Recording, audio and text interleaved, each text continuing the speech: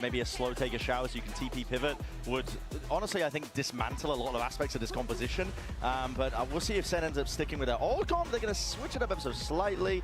But is that just the rolls instead? I'm not too sure. But still, it is the standard comp from what we're used to of teams playing. And this comp is good for a reason. It's the meta for a reason with a lot of teams playing. We haven't seen them play it since week 4. They were trying out the deadlock on this map. They've moved away from that to now play just the default 100 Thieves comp here. This is the match that Sentinels, I think they need to win map 1. Come out with strength. If this is a close, drawn-out affair against FPX, it's going to be hard to tell if this team is really back. They're champions for a reason. Saucy's one of the 4 players who has won one before, but FPX have to feel so powered up watching the other teams from SEN succeed, watching Trace make it to playoffs as a #1 seed, and playing against one of their idols in TENS today. All right, well, let's go ahead and get into map 1, shall we? We're going to send it over to your casters, making their champion Seoul debut. It's my boys, Doug and Baby Bay. Thanks so much, Handsome. We've got a banger of a match for you guys teed up right now.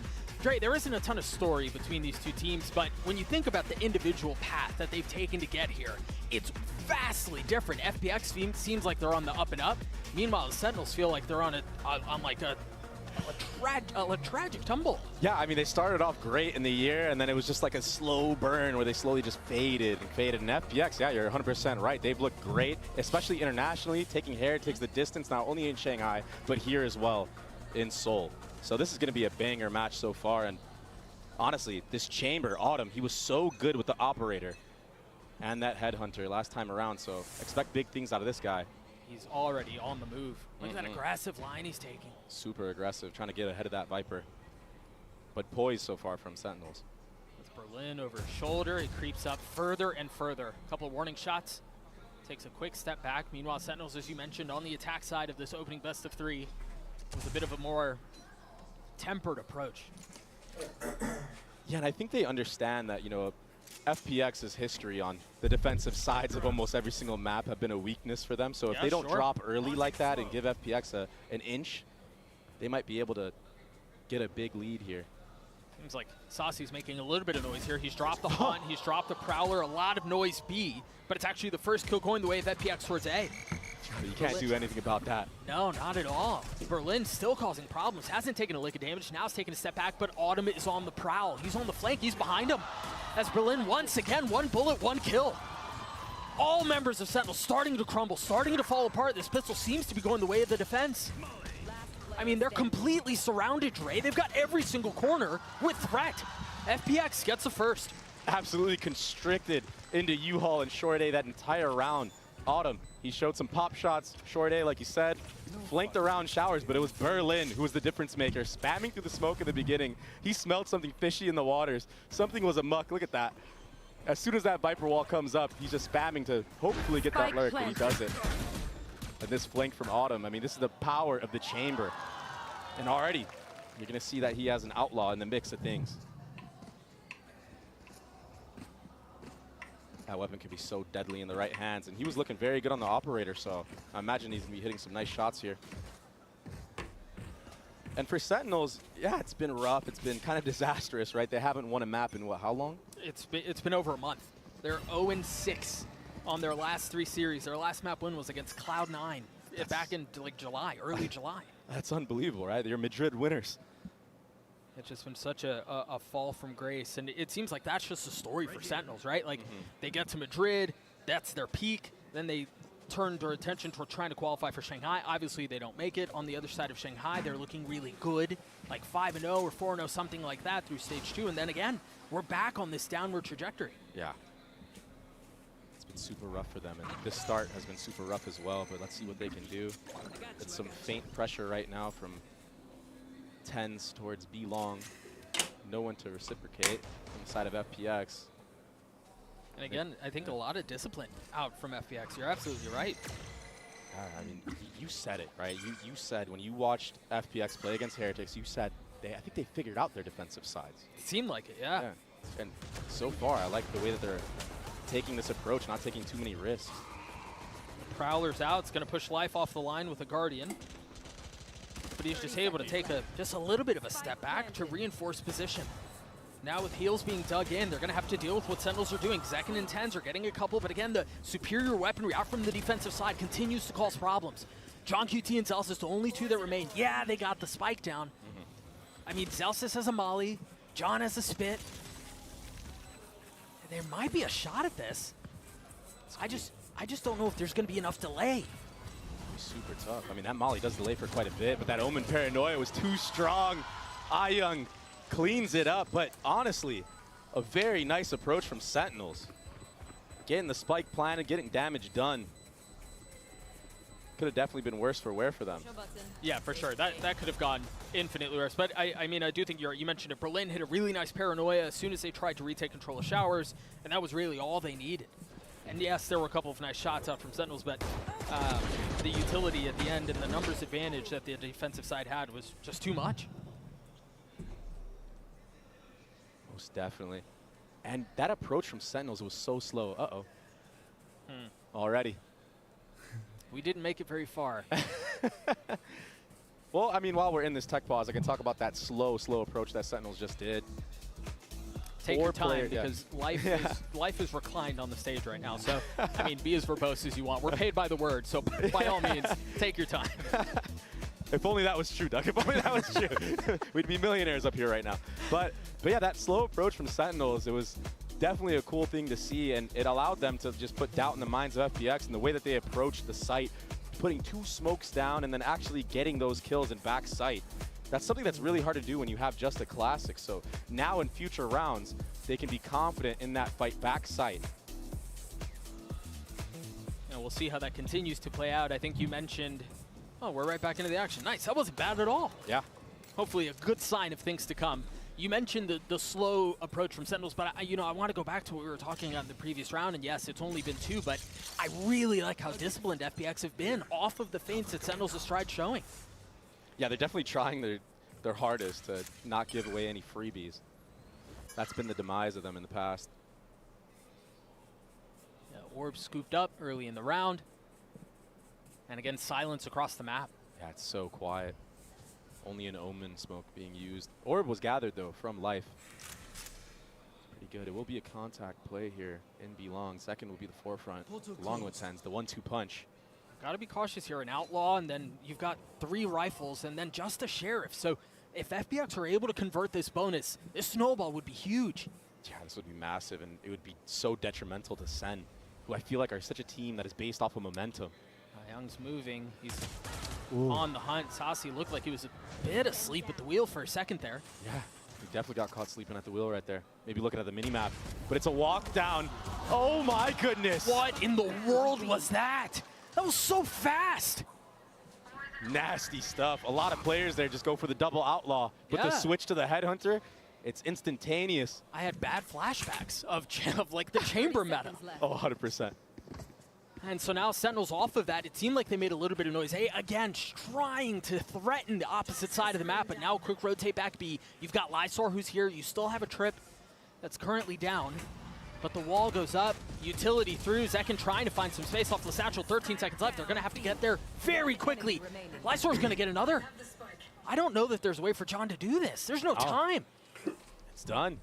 I mean, all off of the back of Autumn. What a monster. Solo walking down. I mean, forget it. You don't need a trip when you already take out 2 players. I think Autumn did a lot of damage at the beginning of the round, but I think Lysor's got to have his praises sung there. He was on the site by himself, if I'm not mistaken, was able to deal with Zekin satcheling out. He got a spit kill with the other one. I don't even remember who it was on, but this is very dangerous for Sentinels. Yeah, I mean, losing the bonus, it's a terrible feeling. But somehow, FPX take it away, and Sentinels, they will have another buy. I mean, these shots were crazy. But yeah, so there is another buy right now from Sentinels. Very interesting. 3 Bulldogs on the field. And an ult play, that's why. Yeah, it feels like there's a lot of this round. The success of the round is being hinged upon whether or not they can find value with the Thrash. Young's been detained, tries jumping around to save his life, and cannot, as Zekin gets 2 on the round. They've got the site. They should be able to get the spike down. And that's upgrades now, too. No one here to thwart the plant. Lil bro will get it, that spike planted. Spike planted. It's going to be a late flank from Autumn. Do the rest of the members of FPX try to go first here? Try to make a distraction, allow him to find a timing? Yeah, with his ult, maybe. That's a tough thing you're going to have to deal with. Tens is holding the line, too. Wow. Seconds got 3 on the round. Lysor had no shot there. And what do you do in a situation like that? Autumn on the second swing will not find success. Slife's doing his best to keep this round going their way, and he cannot. Sentinels are on the board. Yeah. Saucy in the middle of that retake. He just jumps out for a second to get freebies. And Tens as well in the beginning of that round, that Thrash, it got value. It hit a guy in Cubby the entire time, so that was the cue to just speed up A short. And that's why they forced into the round. All of a sudden, they're right back into this thing, building up their own economy. And very important kills for Zekin to start getting some momentum. He had a very rough series against Gen G. Yeah, he did. He was sitting at the bottom. He was like minus 17 across both maps. Just something very uncharacteristic. But honestly, I mean, we've got Autumn with the op online. He's holding a deep angle down B long, but all of the noise, all of the firepower is towards A. Yeah, showstopper used as well. He's going to pop over the truck. Doesn't see anybody. No, there's a lot of respect and a lot of space being given from FPX right now. It's really nice. They're starting to dance around this push and pull of dealing with the aggression, dealing with the firepower of Sentinels while also maintaining the space. Right now, Autumn, he's so worried that there could be somebody in showers, but there's nobody there. Sentinels are playing all A short, all market area. Again, the op will be a difficult thing to try to retake around it. The spike has been going off for a little while here. That Dizzy tagged, what, 3? Haunt doesn't quite connect on anybody there. If they can't alleviate some of the shower spray U-Haul pressure, it's going to be a problem. There's still one there. Tens, beautiful timing. Ion's left to his own devices. And there's no way you survive in a situation like that. And this is a different type of Sen. This is the old Sen that we know to dominate. They look so decisive, so much more confident. They look more comfortable. I think that's the best word I can say. They tried mixing up their compositions in the last, couple matches they played, and it just didn't go their way. Yeah, they had a little success on Lotus with the deadlock, But on this map, the last time Sen played, they were running a deadlock solo smoke Brim.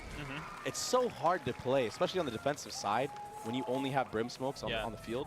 So easy to bait out. So I really like this change going back to that 100 Thieves composition, the double initiator. And Zekin is the type of duelist that requires teammates to help him throw utility for him to entry. This is why you saw Zekin struggle so hard on Ascent. There was no flashes for him besides Omen.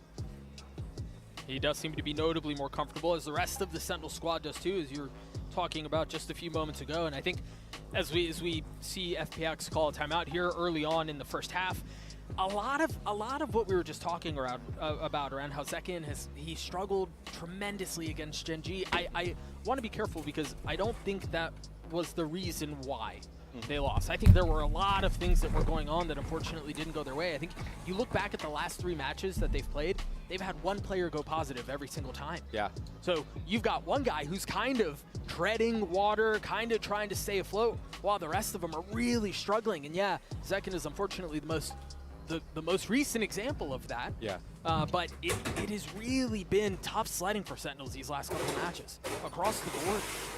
But it looks like they finally got their foot in the door here, bringing it within 1 round with a start that was looking really dominant from FPX.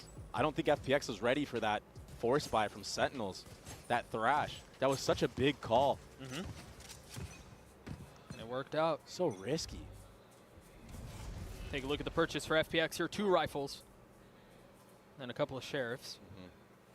Heavy lean towards A. Again, Lysor's being asked and being called upon to hold B on his own. Yeah, these last couple rounds that Sen have won, FPX has had a stack on the wrong site. Lysor should call for his team now that this will be a hookah crunch. They're trapped in there. There's no real easy way out. Reinforcements have to arrive. I mean, they have the superior weaponry, and there they go. Whoa. All of the other guns arriving at just the right time. Barring a kill from Autumn, this will be a flawless round from Sentinels to tie us up at 3. And I think we talked just a couple of rounds ago about the snowball that could potentially be forming on the side of FPX. Look at it for Sentinels now. They've got money forever. They've got Tens' ult that's back online. He had it, what, 3 rounds ago? 3 rounds ago. Saucy's got his ult online as well. Zelsys is building up. towards that Brim ultimate as well, getting the spike planted right there. He might even just go for the kill here. Yeah. They're going to use info to try to find out where Autumn is and feed the kill to Zelsis. That's why you see him treading. Goes. Even if he dies, he still gets it. So that's a W for Zelsis. It's now 3 ults that they're going to have. Yeah. While Autumn's going to do his best to hang on to this rifle. Yeah, he wants to keep this one for sure. The question is, does he expect Saucy around the corner? No, he doesn't. 3 on the round for the initiators. We're tied at 3 apiece. And I think we talked a little bit about how FPX looked very comfortable. They looked aggressive at the beginning. You think about that showers push that happened from Autumn on the pistol and a couple of other things like that. Sentinels they've seemed to have figured out how to deal with that so far. Yeah, they haven't been getting punished early on. This time, their executes are way more decisive, maybe because of the supporting utility that they have, you know, the ultimates most notably. Sure. I mean, those can give you a lot of confidence running into sight. And Saucy, he's such a good LAN player, man. When it comes to champs, when it comes to these big moments, he always shows up. So much experience. I want to mention very quickly, Autumn has another op online. I think this is the 2nd or 3rd time we haven't seen any value with it. Meanwhile, the dump onto A is ridiculous. You've got the Nightfall, you've got the Orbital Strike, you've got everything thrown towards the site. Berlin will ultimately fall as well, and I mean, we're what, 20 seconds into the round and it's done. I mean, it's a save. Yeah, it was the same set play that Tens did previously with that Thrash, but this time there's follow-up, right? The Fade ultimate, the Brim ultimate, they got cooked to a crisp. It was a barbecue. There's just no way to hold on to the site when you have that much being thrown at you. Yeah, and that's the power of this composition. There's so much utility once the execute actually comes through. Sure. FPX, they did a good job in the first 3 rounds of kind of dealing with that. But I mean, on pistol rounds, you don't really have the full amount that you want for the side of Sentinels. So FPX didn't really have to feel all that power. But now that they feel it, I mean, Zelsis just felt something. A little bit of a headache there, huh? Zekin did too. I mean, they have to save this operator, but it's going to be a full hunt. Yeah, he's so clean with the op. He had 5 op kills in the last series against Heretics, and they stole that map away. We just saw him get 2, and again, if my memory serves me right, those are the only 2 he's had all map. Yeah, he's had some outlaw kills, but there's that hit again. Yeah, that's obnoxious. The Fade ultimate into the Raise nade. The Brim ult wasn't even required, but why not, you know? Adding insult to injury. So the snowball's still in full effect for Sentinels right now. Light armor across the board for the defensive side. I mean, Ion's ult is online. Lysor's 1 tip away from his. And again, this intention on holding down B long with the op. There is a little bit more presence here, though. Zelsis is close by. Ooh. What a shot. An elbow is all it took. Yeah, that first jiggle. And then, honestly, that was such a bold swing out from Autumn, too. He was past the point of his TP at that point.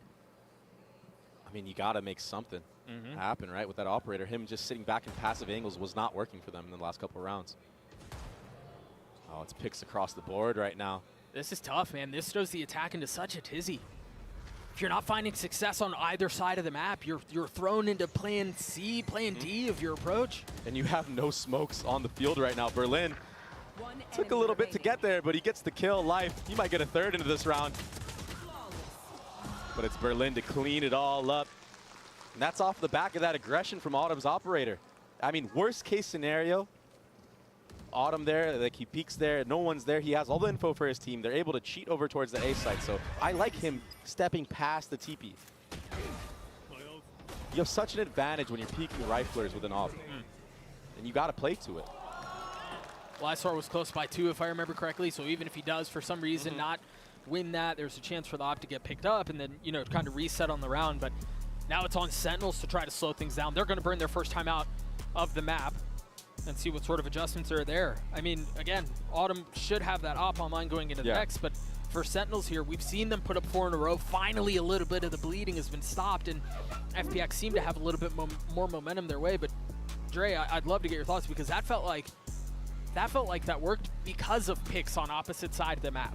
Yeah, and it was on both controllers as well. Yeah. So the change for the change for SEN will probably just be, okay, let's use utility this time and just take control of either Showers or take control of B-Long with utility to find out if the operator's there, because he's going to TP away. Like, when you playing against a chamber, you want to use utility to find out where he's at and just push him back. Make him use that rechargeable. Right. And then in that window of time, that 30-second frame that you have, you can come up with a plan and formulate if you want to hit on the chamber while he doesn't have any mobility and any TP to get it to escape or whatnot. But also this timeout was mainly to ice FPX. You know, Sentinels, they won 4 in a row and they just got stopped with picks like you said. Okay, it's fine. Let's use utility, don't get first blooded, and just run into an execute. The executes of Sentinels have been unstoppable so far. Yeah, when they've had the ults that they can kind of put together, it's been devastating. Quick note here, Autumn has repositioned. This time trying to hold the line on A short. We saw him take the same pathing on the pistol round, and he did meet Zelsis here previously. He's going to have a lot more to deal with here. Berlin is with him. They just had a Prowler clear out Showers. There it is. Push him back, and now you can overwhelm.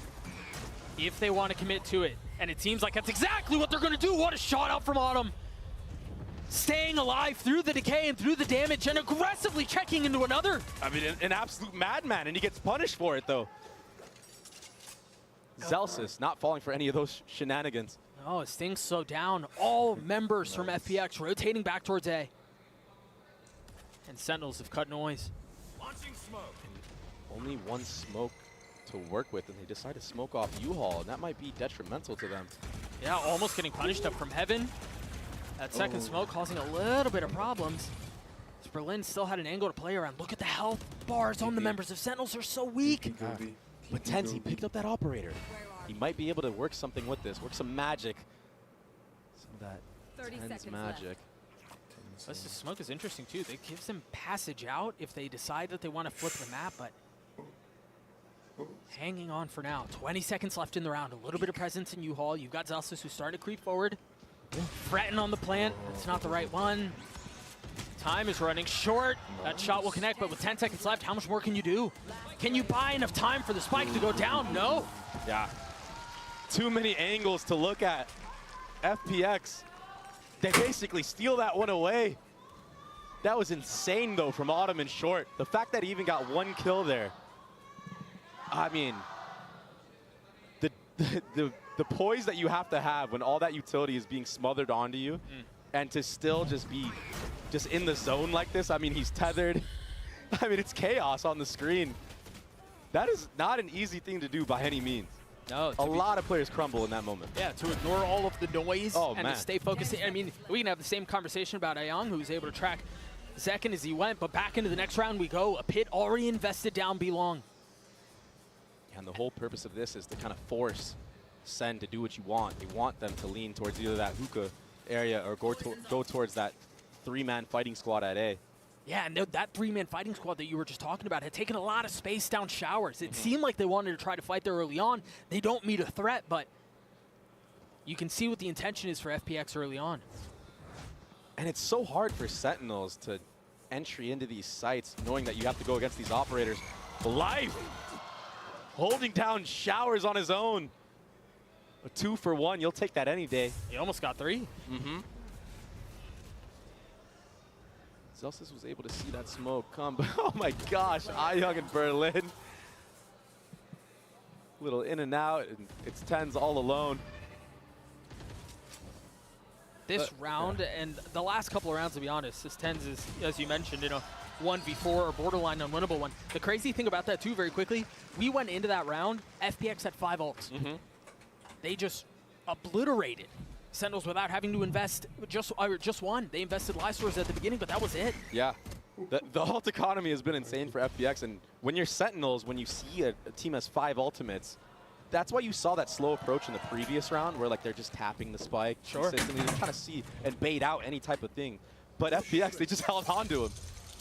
I mean, they're not going to use them unless you force them to. They might try to go fast here. They've got a lot of presence towards A short. Zekin has bought a stinger, and he has his ult online. I've seen Autumn in these moments, though. Oh, he's going to get punished this time. Whoa, no! It went right past him! What a shot from Autumn! Again, delivering. Very similar hit to what we saw before. The Orbital Strike not finding the kill on a Berlin. Takes a little bit of damage, yes, but repositions. And now Life has gone full reconnaissance. And he saw every single member, Doug. That's why he's taking all the space on the flank. This is so nice from Life. The problem is he's the only one playing contain here. And it seems like Sentinels are intent on rotating away. Yeah, they're anticipating this, like a push-down hookah or something of the sort.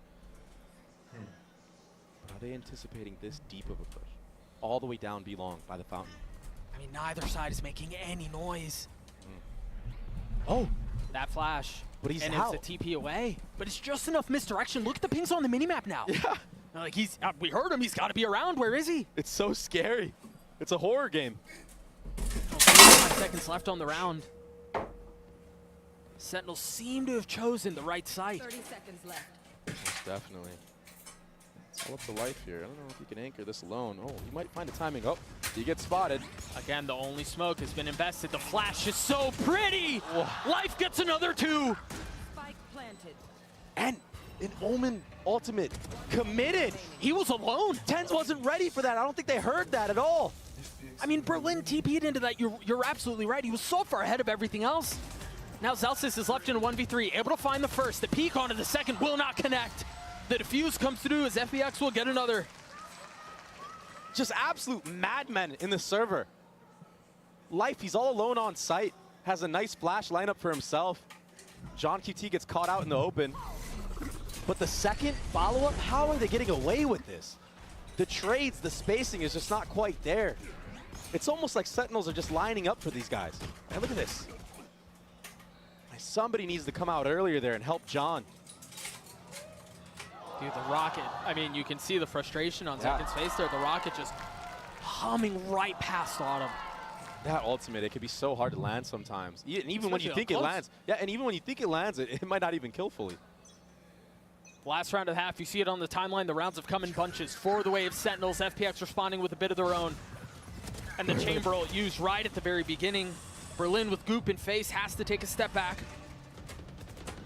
This is so bold. Oh, what a punish. So reckless. Life with 3 on the round, and Berlin cleans it up. Again, man. How many does this guy have? The 3K spray down? I would love to get a replay on that. That was absurd. Surely we're going to get a look at it again. Life has just been ridiculous these last couple of rounds. Again, an 8-4 half the way of FPX. You can take a look at these highlights and think over them a little bit longer. We'll be right back.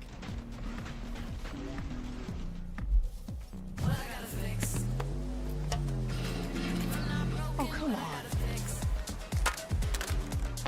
Trade in any phone in any condition guaranteed and get $800 off the new Galaxy Z Fold 6. Only on Verizon. Red Bull gives you wings.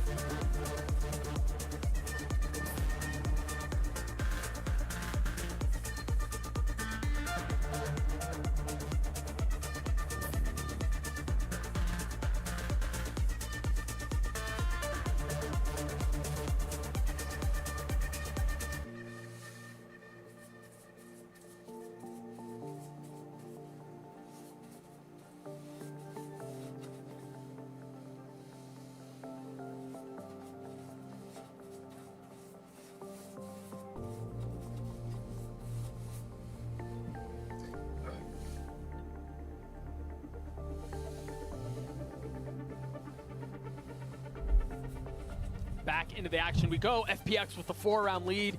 I mean, we can talk about Life and the ridiculous rounds he had, the 3Ks, the 4Ks that he had to close out the half. Autumn had some ridiculous moments as well. Dre, what do you feel like is the issue here for Sentinels? I feel like Sentinels, they're trying their best to play together in those moments when they're peaking together, but it's either too far apart or too close together, and that's why you're seeing these multi-kills. They're giving time for FPX, who have incredible aim, by the way, to either, you know, adjust and snap to them or just collect them. You know, so it's such a weird thing because it's not like they're not doing things together. Right. They're trying to. It's just sometimes the timing is just not there. And they need to figure it out, and they need to figure it out right now, especially on these retakes on the defensive side.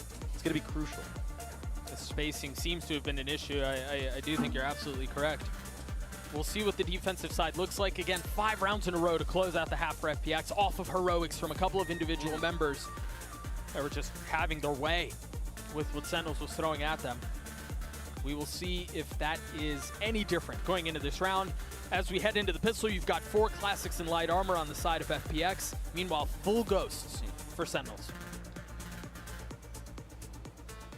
Very interesting buy here. It's interesting. The death ball approach for sure. Yeah, take a look at Second's position. He was for the longest. I mean, he's still back in spawn, waiting for any noise, waiting to be as reactive as he can be, as quickly as he can be, because this is very decisive out from FPX. Oh, what a fade eye! It was perfect. John's getting all 9. Zekin on the swing out, trying to find a little bit more as Ayang has crept back sight. Him and Berlin, those two in tandem, just pushing their way forward, trying to mow over Sentinels, and it's Autumn who cleans things up. Seconds left alone, he's trying to tuck down 22 HP. Is someone over the top? He's gone behind him! Zekin with the 3K in the round for Sentinels. Unreal from the kid. I thought when he ran out of CT alone, he would get punished for it. But no, he just cleans it up. Sneaks right behind. Right here is when I thought it was gonna be wraps. But just sneaking by on the reload on top of it. Autumn. Poor guy's been having such a good game, but just didn't guess right this time around. He went for the jumping classic. Yeah, he knows he got away with murder right there. Yeah, he did. But honestly, I mean, you mentioned Autumn. He had a 2K there, a 3K on the round, if I'm not mistaken, with a little pixel angle. It was over Tuna. It was nice. It was a very cool strat. I mean, that's why they bought the classics. They isolated, cut the sight in half. The classics were good in all those fights, all that close range. Just not good enough to get him over the board. So Sentinels win the second half pistol. No investment on the side of FPX. Yeah, not too crazy of an investment for the side of Sentinels either. You have 2 Spectres, a Stinger.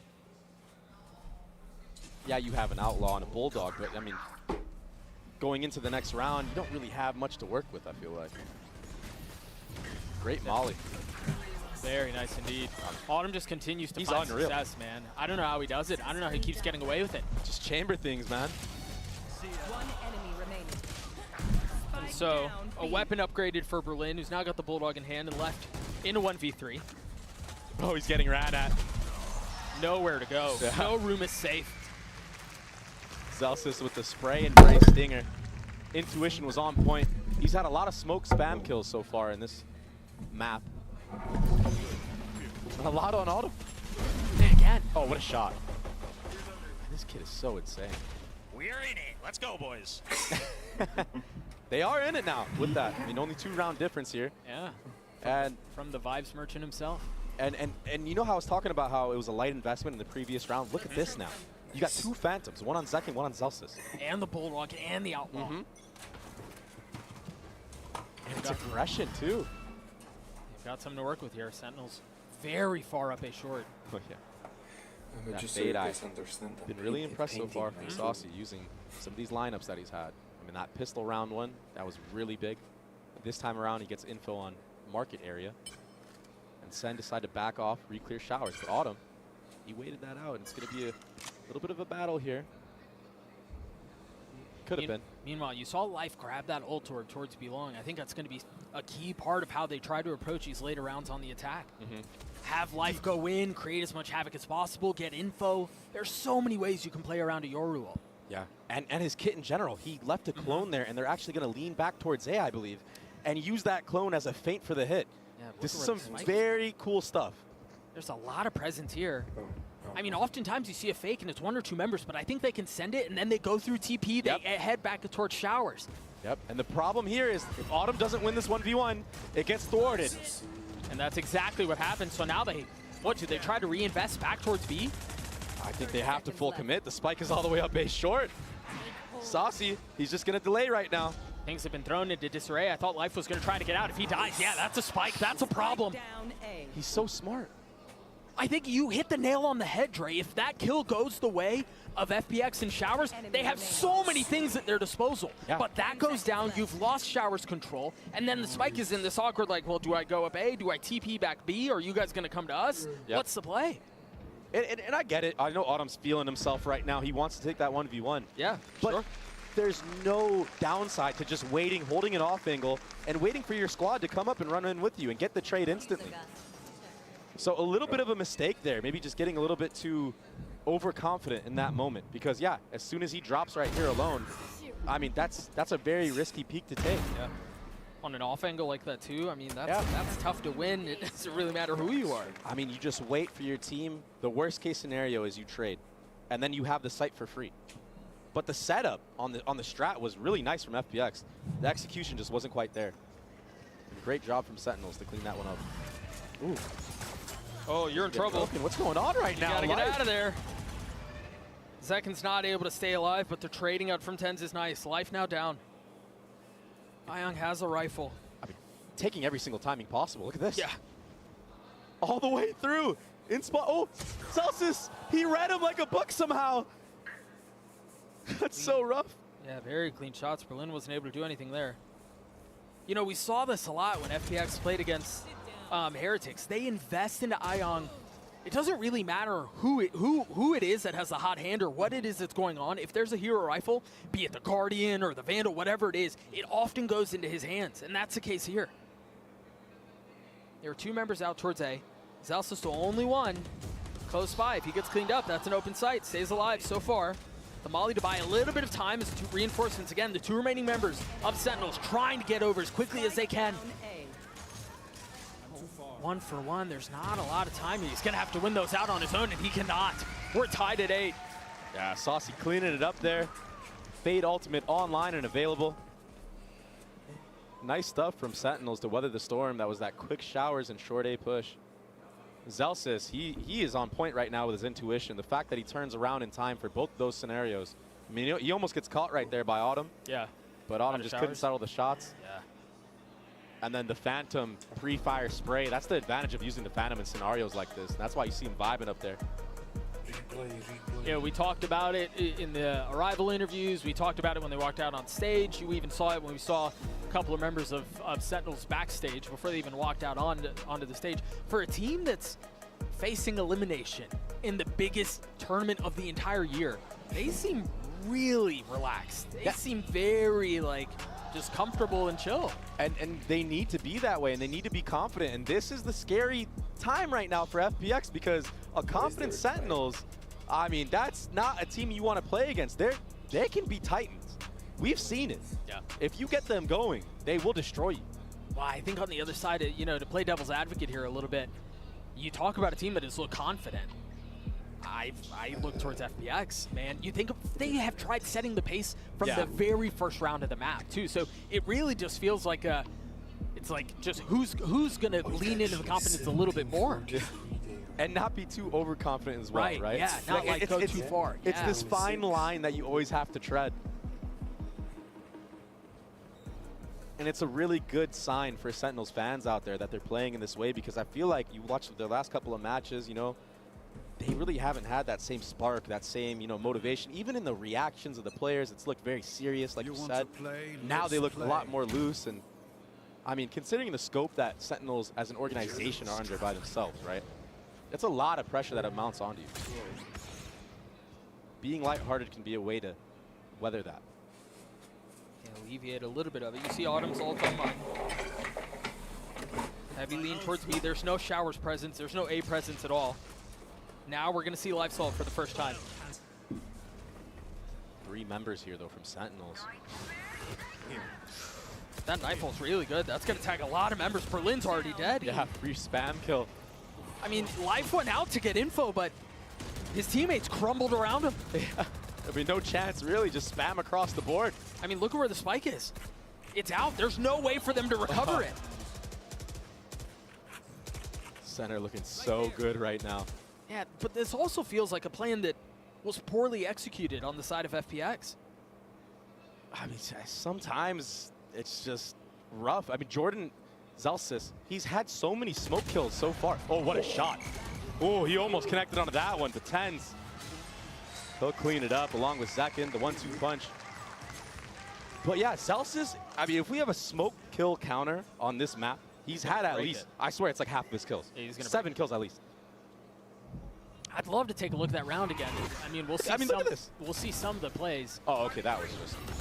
Or some of the kills, excuse me. But, you know, so Life goes out with his ult, tries to get a little bit of info on site. As soon as an Eiffel comes out, we saw Berlin TP forward. Yeah, that was... And he was the one who had the spike and just dies out in the middle of the site. And from that point forward, there was really no way for any sort of Octagon presence to come out onto the site. The spike was in no man's land, and that's where it really felt like the round fell apart. Yeah, I didn't catch that TP from Berlin. That was so insane. I mean, that was so risky. And you see where the risk did not pay off in this instance. Autumn, again, a hot hand, but man, is it gone cold. Jeez. The contact approach from FPX, it hasn't been working. They need to just do an execute at some point of this half.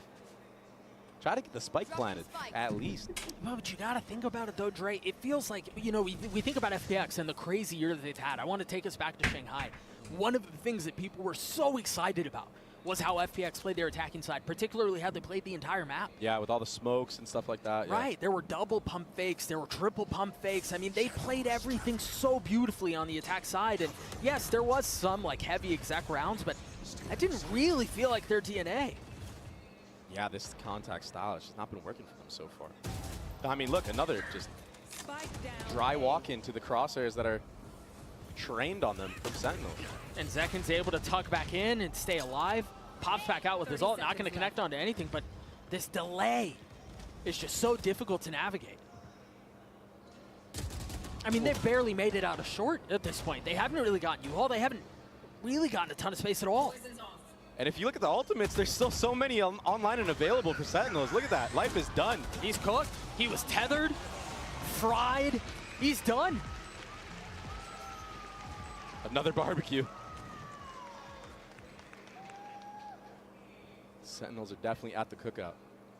And Tens, he didn't even have to use that thrash. He has that available for another retake if he wants or an aggressive play, but they don't really need to do anything. Them just holding off angles has been the key to success. Look at this. 2 different off-angle kills, and then what? It's 5v3. You have full confidence in your squad of the retake. A tether right there. Life can't escape, even if he wanted to. No, I even think about that off-angle that Saucy was holding a couple of rounds ago in Shower. Yeah. Right, when the intent was to go back and hit back towards A. It really has felt like that's been their success this whole time. I mean, look at the timeline. That's 6 rounds in a row. It's obnoxious. It's just been so dominant on this side.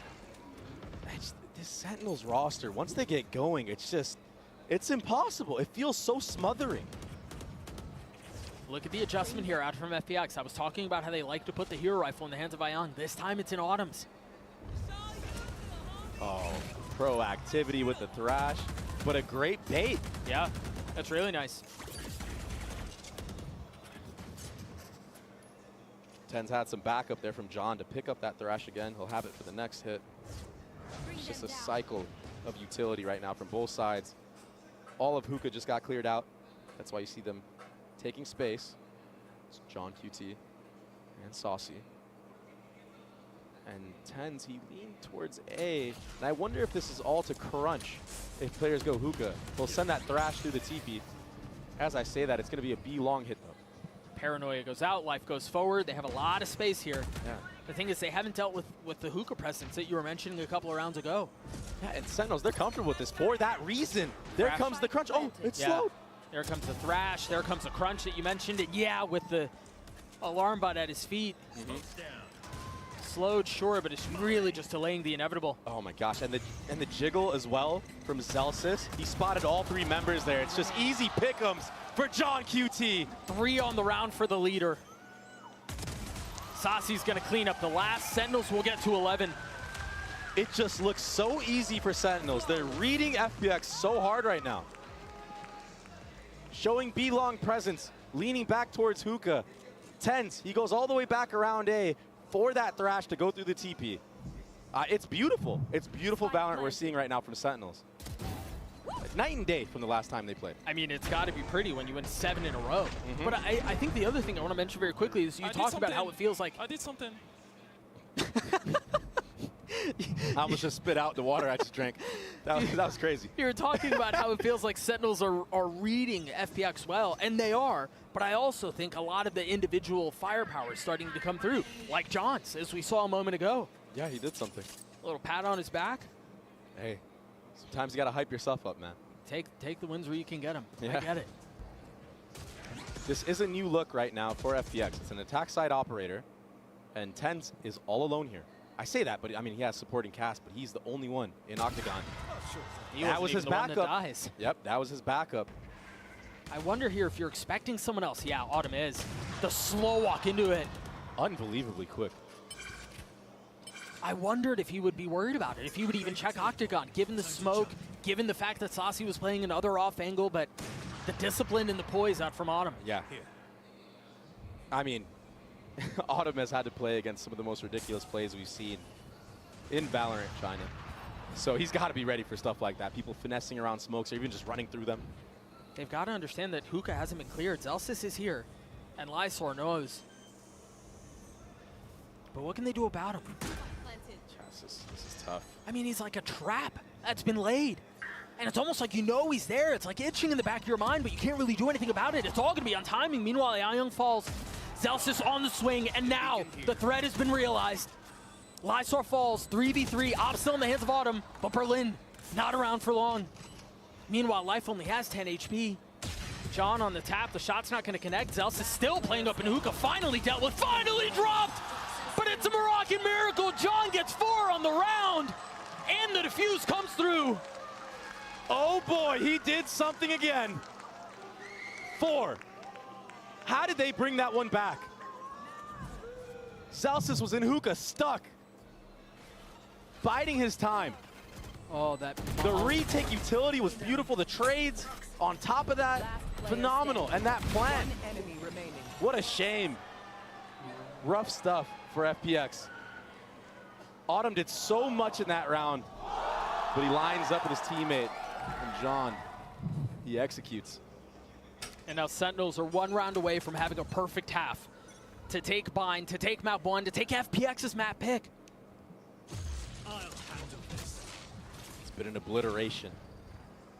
Interesting approach there. Do you see Life TPs, sends his TP out towards A, and then ults, and then takes the TP. Look at how far back he is. They just dropped a smoke back there. He could pop out on the other side of it. That was the play. A really cool exec from FPX, but only 1 kill found. Sentinel shutting the door on them again. It's just so chaotic. It's a flood. Sentinels are feeling it. They can taste it. Just 1 member left, and it's all on Berlin in a 1v2. The spam's coming through, 25 HP, too many targets to deal with. Sentinels roar their way through a dominant second half to take Bind, 13-8. Just wow. That's all you have to say about that half from Sentinels. We'll see if Lotus tells a different story. What a dominant performance to close things out on Bind. We'll see you guys on the other side of this break. Don't go anywhere.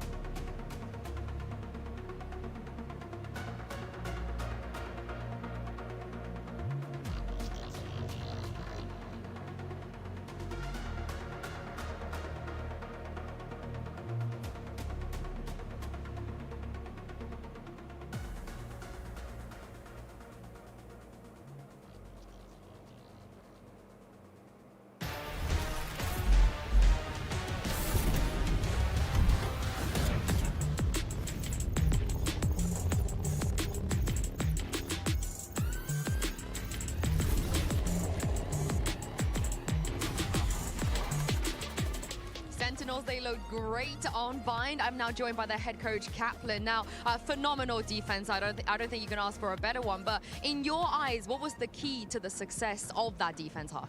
Yeah, we've been talking a lot lately. We're all bought into coming into these matches with plans to ante and punish the opponents. But we struggle sometimes with the micro, right? Sometimes we play too scared. We're not making little adjustments and switching things up and talking to each other enough.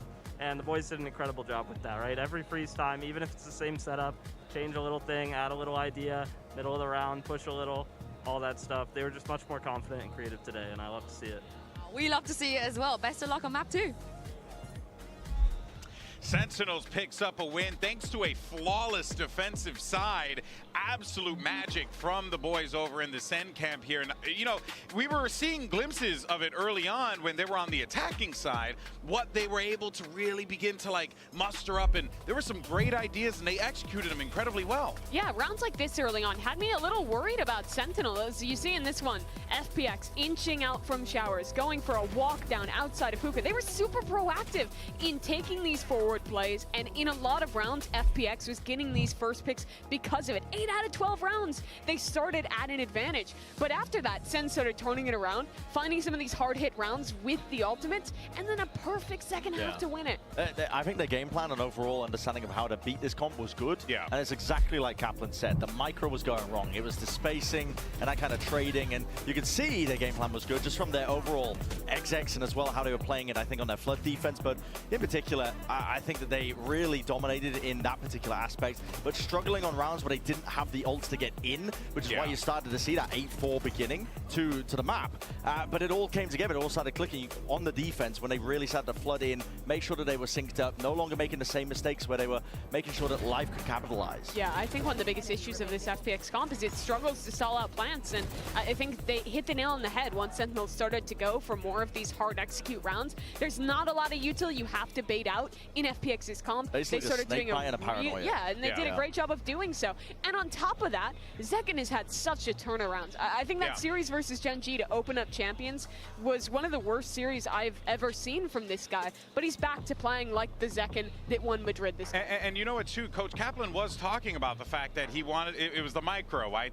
The little things that they could try and, like, use and do to get in there. And I think you were really starting to see that from Zekken. He was just taking more fights. He was being a little bit more proactive, getting involved a bit more. And I think that if they can continue to do that, that is exactly what we've come to respect with Sentinels, when they don't fear their opponent and they do go for those plays. Yeah, and when they understand that they are some of the best players in the world and actually remember that fact as well. I think they were playing with confidence, but it was just the tiniest of things that were going wrong for them, where Life is a skilled enough player to put them down, Autumn's a skilled enough player to put them down. Every player on FPX was having individual moments where they were kind of punishing that poor, just little moments where they're trying to punish an individual just stepping out into the space. But it came together at the end, and the fan reaction, I think, overall to Zekken was just calling for chops and changes to the roster, not just for Zekken as an individual, but after that first game, big overreaction. But the thing that I think I want the fans to understand is that Sentinels are so team-orientated, they're so team-pilled. They need to play together as a team, they need to have the right page and the right ideas, and because of that, individuals don't really shine unless the whole team is clicking. When the whole team clicks, that's when players individually are going to be empowered to move forwards, when they know players are at the back, the util's there to support them. It's like if you were a Sentinels fan last year and you were watching their bad 2023 season where they also had Zekken on the roster, Zekken didn't look like a superstar player. But it's because they were calling him into a lot of hard hits where he wasn't set up for success. This Sentinels is setting him up for success, and when they play well, he plays great. Yeah, and the Sentinels had an incredible turnaround. Once again, a flawless defensive side. You got to be happy about that. But now it's time to switch the script a little bit, go to our HyperX Reflex moment of the day. We decided to give this one to Life because this guy was just constantly on the kill feed with multi-kills non-stop. He actually was great in this map. He got, you know, a little shut down toward the end there, but he had some awesome moments and moments just like this, Brent. Yeah, and I think it highlights as well kind of the spacing being off for the initial half for Sen. You can see they kind of just lined up for him, but I don't want to take the credit away from Life because he played out of his mind this entire game. His individuals were on point, and it takes a lot of individual skill to be able to hit that second shot under the amount of pressure that you are, where you're being swung by 3 players. Senna dedicating that many players to try and shut that guy down, and he was still coming up with the goods and the damage. Yeah, he really was. He really was. Well, now let's go ahead and hear over from Coach Nathan at the FPX camp to see what's going on with the squad going into map 2. I'm now joined by Coach Nathan D from FPX and Luna to do some translations as well. Now, you guys looked really good against Team Heretics on Lotus earlier in this tournament, but we're talking about Sentinels here. You're going to have to face up against next. What are some of the differences you feel like Sentinels might have compared to Heretics on this map? 其实之前在跟 TH 打莲花古城这张图的时候发挥的很棒嘛，但是我们聊聊接下来要跟 Sentinels 打，那你觉得跟 TH 相比，他们会有什么不一样的地方吗？他们不一样的地方可能是之前阵容不一样，然后但是我觉得他看 TH 把我们赢了，他可能也会拿回了个阵容，想尝试去赢我们，但我们也准备了不一样的东西给他们。I think their difference is their comps, but if they think they saw as how we performed that good, well, when we faced against Team Heretics, might they will change their comps too. But we prepared something different for them, of course. Oh, I can't wait to see it. Thank you very much, Coach Nathan and Luna as well. Let's see how they can do on map 2. All right, well, let's go ahead and dive into what we should be expecting here at map 2. It's going to be Lotus. You got Sentinels starting on the defensive side here. Maybe can add on to that success that they had on Bind, right? My big question, do they play the Deadlock comp again? And if they do, how does it look? Because I didn't think it looked terrible, but there were some gaps in it. In particular, their attacking side. They have this look on C where they're throwing the wall over and kind of blocking off waterfall. We saw rounds where they weren't clearing around that, leaving gaps in the setup where the fundamentals were slipping. Hot take? You just won without Deadlock? But I'm fine if they go back to it. I think Deadlock is good. I think it just comes down to implementation. Implementation and how someone feels using that particular agent. They just picked up a big win here by switching things up. I don't know. I'm pretty curious about FPX's comp as well. I'm trying to get a sneak preview of this one because they played their triple control. Not quite, not anymore. They're playing, this is they're no duelist chamber. Double smokes, double initiator. Don't ask me to break this down in 10 seconds. I'm not going to be able to do it in terms of the pros and cons. You have a lot of util to try and take slow map control. Fight opting in. Sentinels are swapping their comp too. There's a lot to break down here. So FPX, Autumn is going to be able to bait out a lot of these defensive aggro plays from Sentinels and be able to fight into A, things like that. Get opening picks. That's the name of the game for him, like it was on map 1. Autumn's very comfortable on this agent, and I think their retakes will probably also be solid with that double initiator. SEN, though, moving away from the Deadlock, they're playing default Fnatic comp. I think that's fine. That's comfortable. They played it before, and they've been great with it before. And Kaplan did put an emphasis saying that we're focusing much more on anti-stratting. FPX have just moved away from their triple controller comp, which I think there was tons of exploitable elements with that composition. And now they move to this. So your preparation, out the window if you're SEN, you're going to be adapting on the fly. If Sentinels was going to prove their fundamentals are back, this is the map to do it. Playing the basic comp against something weird. Let's see if they're ready. Couldn't agree more, Mimi. Let's go ahead and see if this one can go to a third map. We're sending it back over to your casters, Doug and Baby Bay. Thank you so much, GB. I think the big elephant that we've got to address in the room is that Sentinels have won a map for the first time in what feels like a really long time. It seems like they're going back to the fundamentals, the basics that Mimi was talking about on the desk. SEN fans rejoice around the world for sure. But this comp from FPX, what are they cooking, Doug? This is some weird stuff we're about to see. I feel like they might be overcooking, even on the last map, changing their game plan and whatnot. Sometimes you just need to play what you're comfortable with, what you're used to. And FPX's triple controller comp, it's nothing like anything SEN have ever played against. Now this comp as well isn't like anything they've ever played against, but it's comfortability for SEN. What a crunch. They send 3 down mound, they drop the paranoia, and they dump Fade utility into B. Yeah, that's what promptly allows for the speed up of FPX. Oh, opting not to break the turret. Probably break it after the smoke fades, but it's going to shoot him right here. I don't know about this right now. Nice.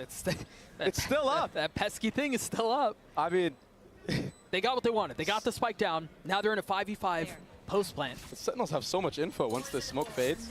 I guess it's just going to be reoccurring smokes here. Life still playing in it. I mean, they know. SEN surely know that there's somebody close by. They have to know.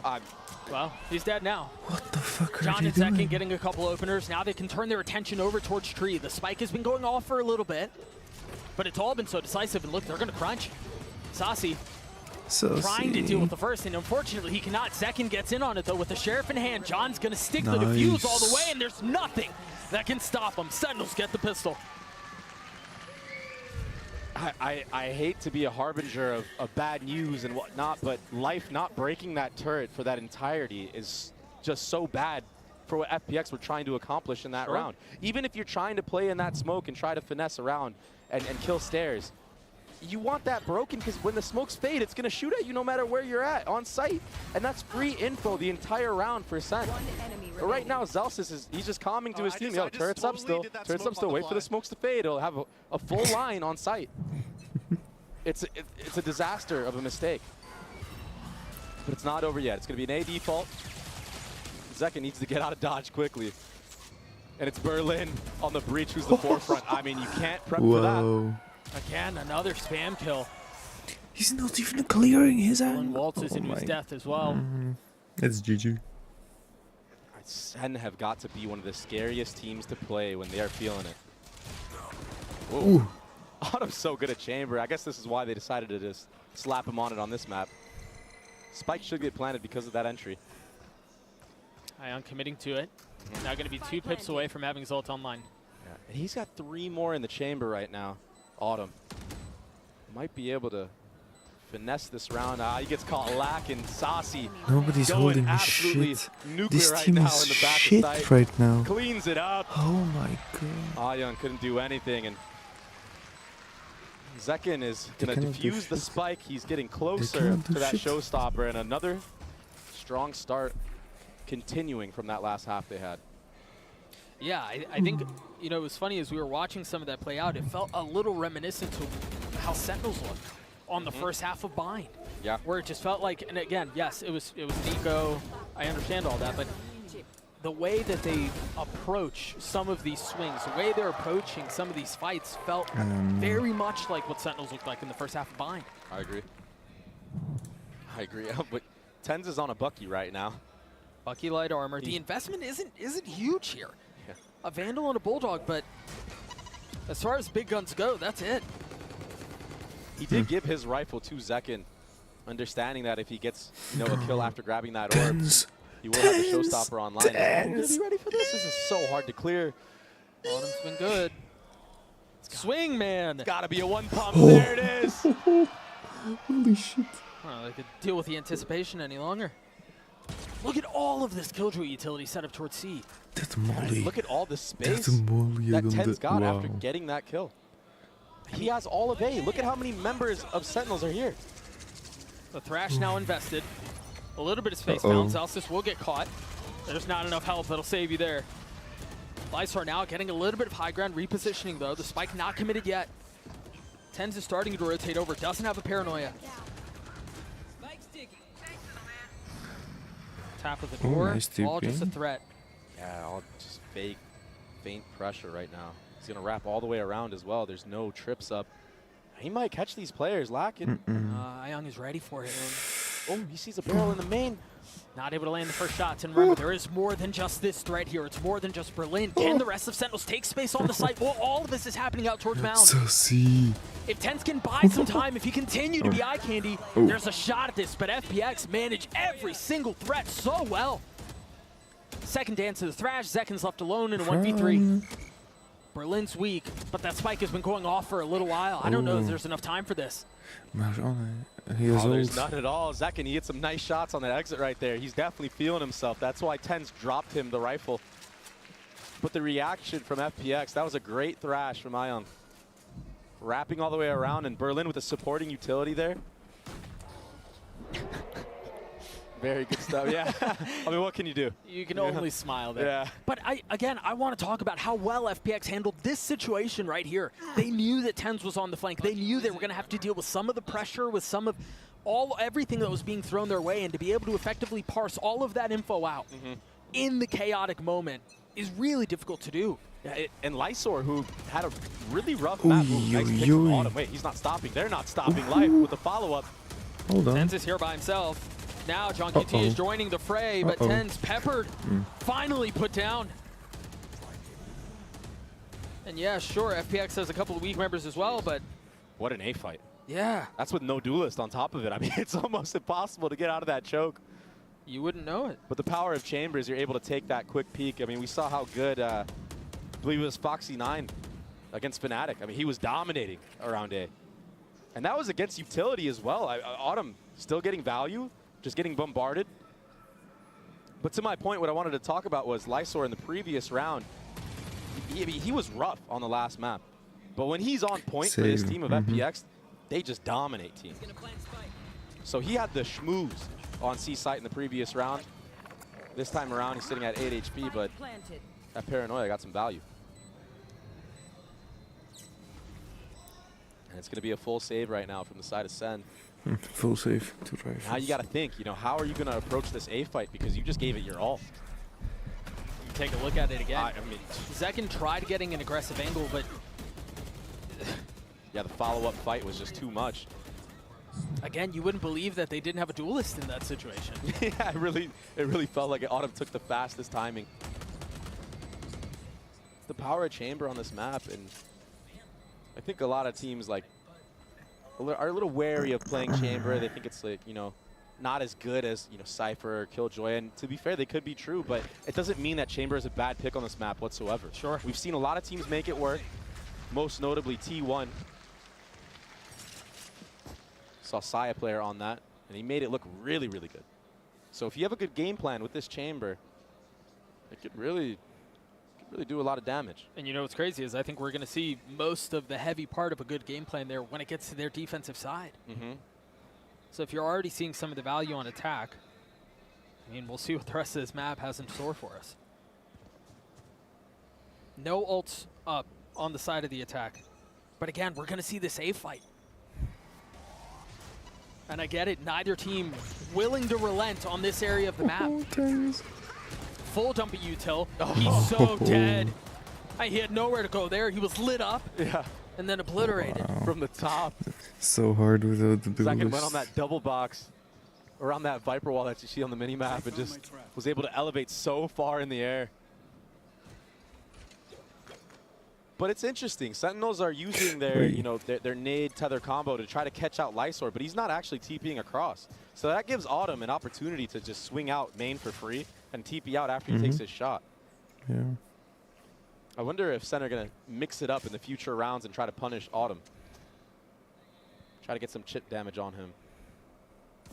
Make sure he can't take a pop shot or anything like that. It's going to be an A reclear, though, on the side of FPX, Lysor. Not sitting too healthy, 30 HP to his name. And Tens is in such a good spot. Zekin smoked off, but you're still going to have to do a Tens. Too easy. Falling, and now Saucy has arrived. Nice. It just looked too easy right there. 30 seconds left. And that, I mean, honestly, that was still a pretty strong position from FPX, all things considered. That was a 5v4. It wasn't like they were super down in numbers and they were heavily outgunned. They just didn't peak together. Berlin way too far ahead of his squad. Something Berlin that you is see him do always quite way often. too ahead. Yeah. He's a maniac on this team, honestly. No, he's trolling. Like here as well. Yeah, he's kind of like Kerrigan-esque, where he'll be the entry as the IGL, and then once he's down, he can do like his mid-rounding. But wait, Berlin is the... when you're already down a player, it's too much of an ask. Tens, he's starting to heat up now, too. You give this team confidence, or the individual players on this team confidence, any one of them can take over the game. We see that second kill. Yeah, that was the top rope right there. Yeah, off the ult. Beautiful. The crosshair placement of Tens in this moment was so good. I mean, He's making... Well, and that's the swing you were talking about. Berlin was just so far ahead of everything else. Yeah, not in a early. position to trade yourself. And again, I want to go back to the first half that we still have Sentinels on bind, because you mentioned it. Spacing was an issue. And if the spacing is not in a position where you can trade out, when you're down in numbers like that too, the trading has to be on point, because it's only going to go from bad to worse if you can't equalize in fights like that. Yeah, and oftentimes when you swing together, sometimes players get overwhelmed and they don't know which target to choose from, and you might even just get the kill clean, and all of a sudden it's a 4v4. I mean, when you're going against Tens, probably not likely, but there's still a chance, right? At least get the trade. And that's why you see this timeout coming out from FPX. Coach has got to be telling them, guys, chill out. FPX, they're choking. Stop trying to go for with these the crazy team plays. comps, with everything. Remember what just got us here. overcooking. Yeah, 18-16 over there. It's very early timeout. 7 hours difference.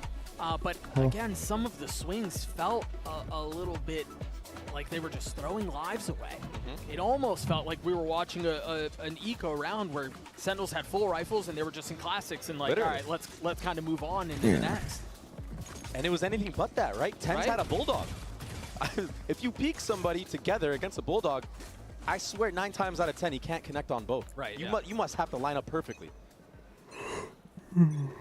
See what adjustments come out on the other side of this timeout. I You think on cannot the side of the entry, you Sentinels, you're cannot seeing do some of the adjustments. anything. We've talked about this You double only have a utility towards chamber, A you main play these last up couple on rounds, and this attack. time it's been anything but.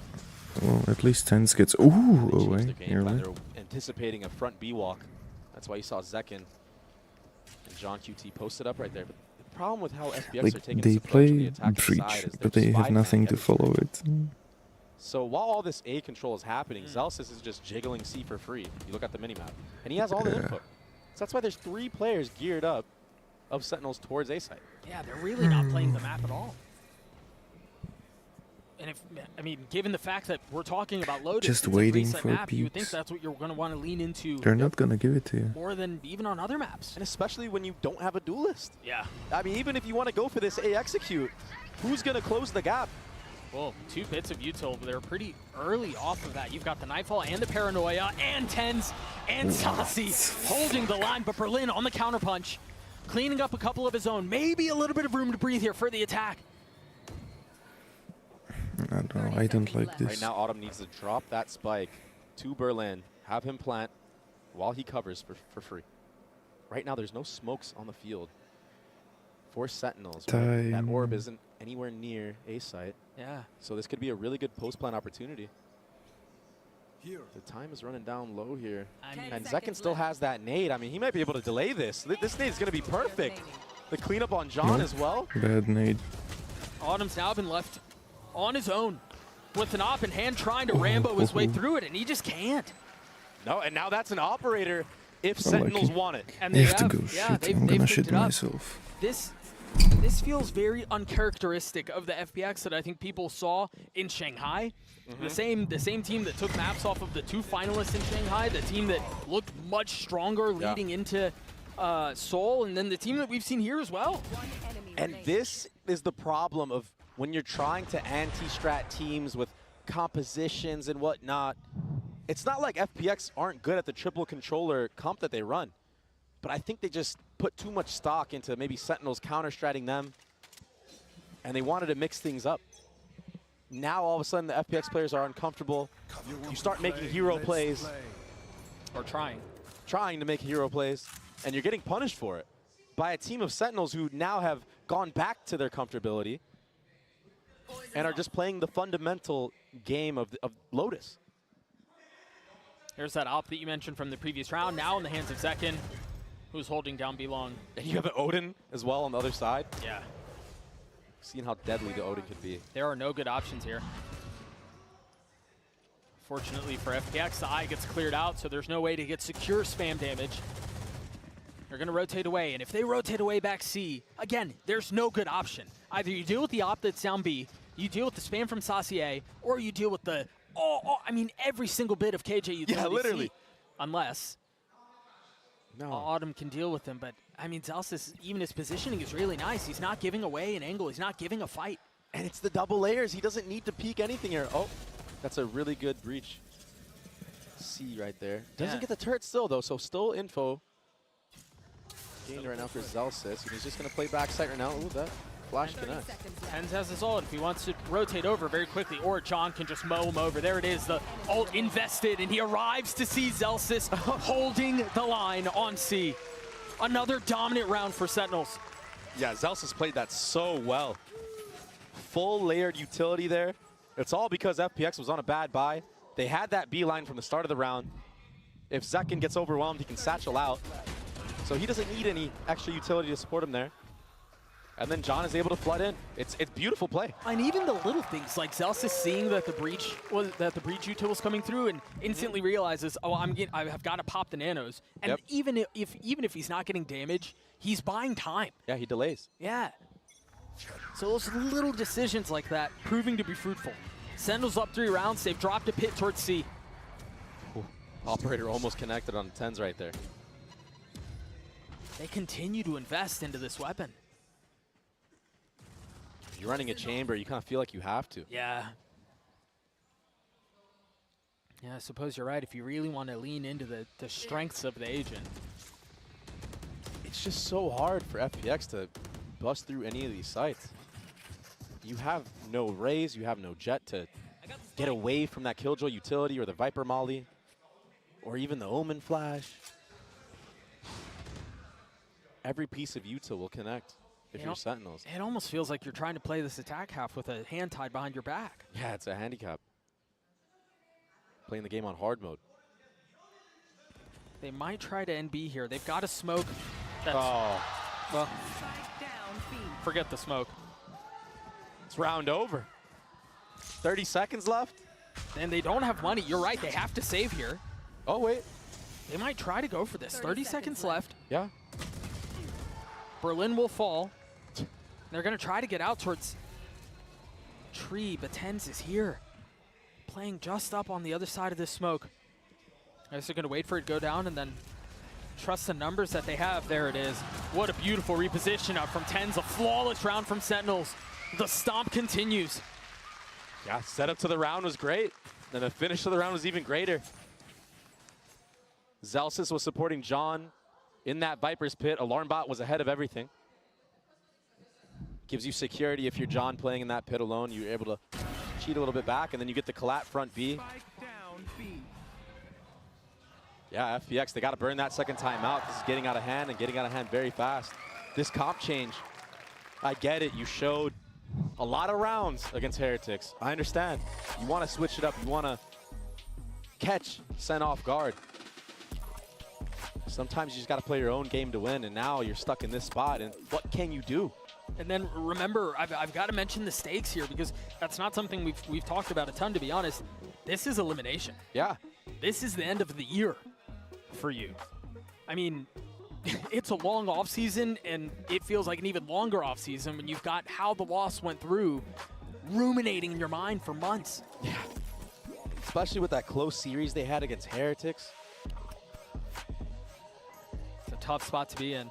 It's nuts. The thing about situations like this, though, is if the team is capable of making adjustments, they'll do it, and they'll have to do it here. FPX down 4 rounds, running this different no duelist comp on Lotus, where they aren't really playing the map as well as you would think, or playing it to its full degree as you would expect, given the comp.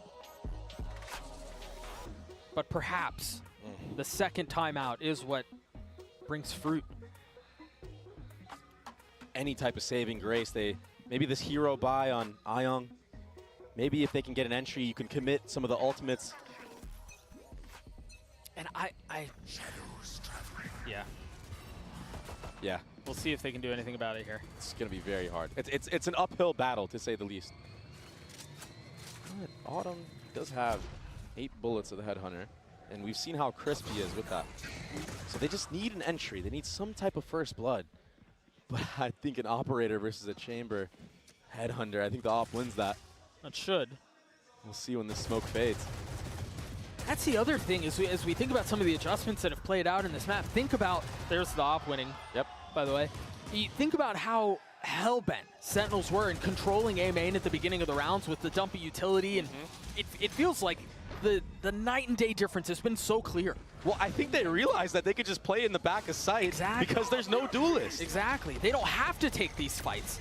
They can play ahead of it. You see both Omen's trying to TP ahead of the utility, and Tens is getting the best of life source. Sasi on the swing, he's gonna find another, not able to connect onto the third, but now 4v2. Make that a 4v1. Life with the Stinger cannot connect. It's unreal. I'm pretty sure Tens did that Omen thing where you could TP past the breach ult and finesse it. I think he did as well. And that's why it was full support right there. It's unreal, yeah, the state of gameplay SEN is showing right now. Hopefully we get that on the replay. There's that op kill that you mentioned. I mean, it's a really nice flick. I mean, Autumn tried. He hit him, but it just wasn't a headshot. You got to connect like that. And Zekin, he's feeling it right now with the Operator. I haven't seen him shoot like this with the Op in a while. I mean, over a month. And honestly, all signs are good when Zekin is smiling if you're a Sentinels fan. And another new look right here, right? Aggressive tether.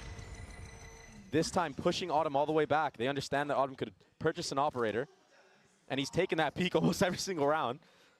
So instead of tethering to hit the Omen of Lysor, they get the TP out.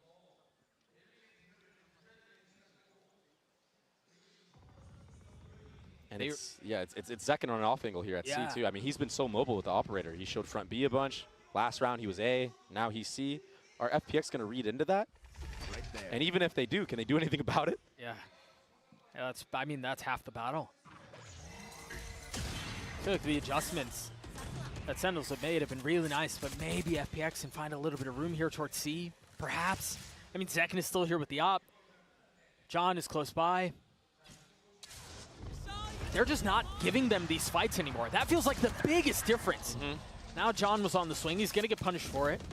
Zekken manages to find safe passage with op in hand. A second dip in. Boom. I thought he was going to hit him, and that would have been devastating. The nade's not going to feel good. The pit invested. He's got to stay alive here.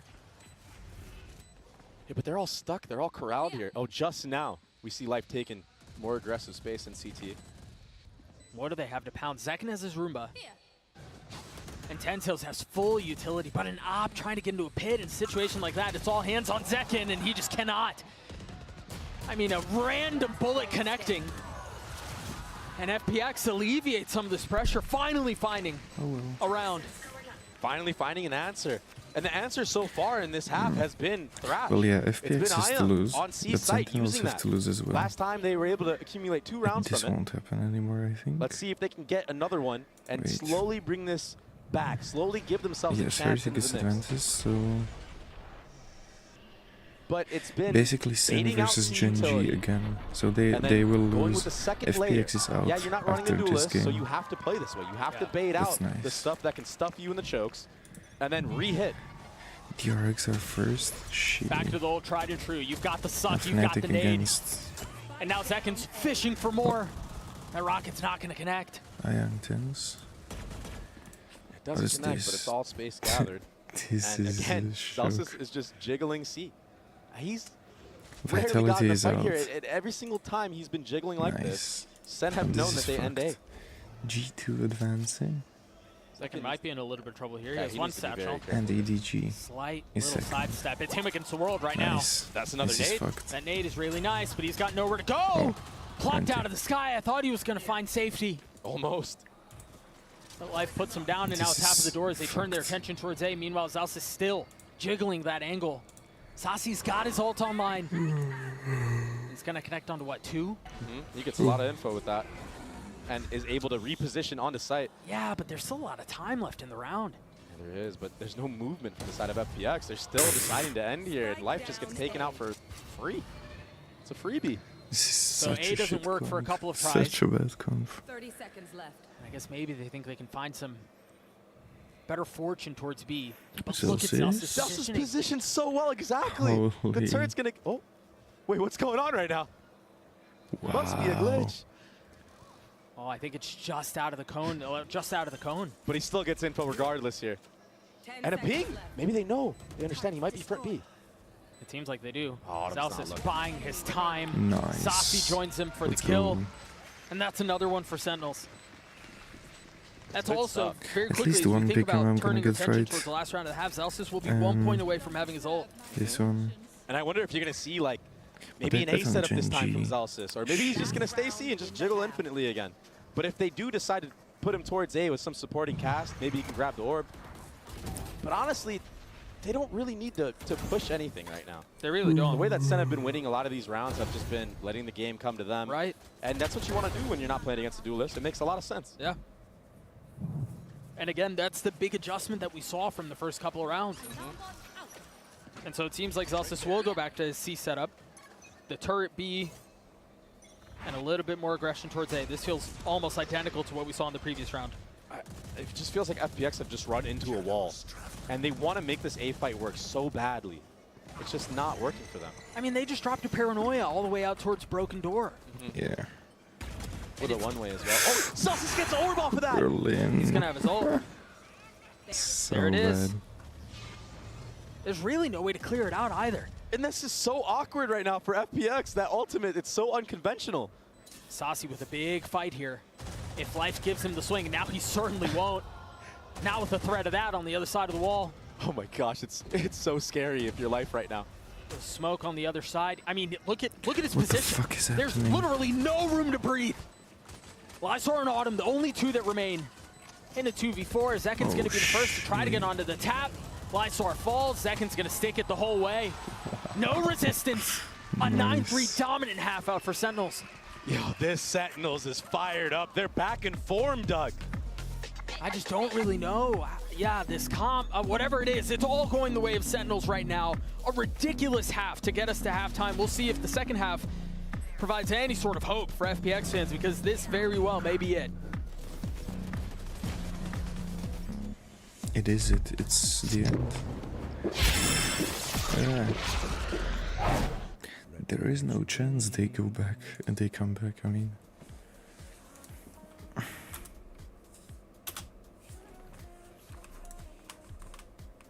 let's do Slovak here. No move.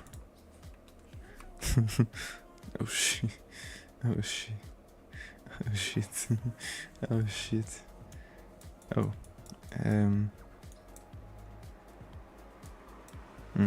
Pull. Shit.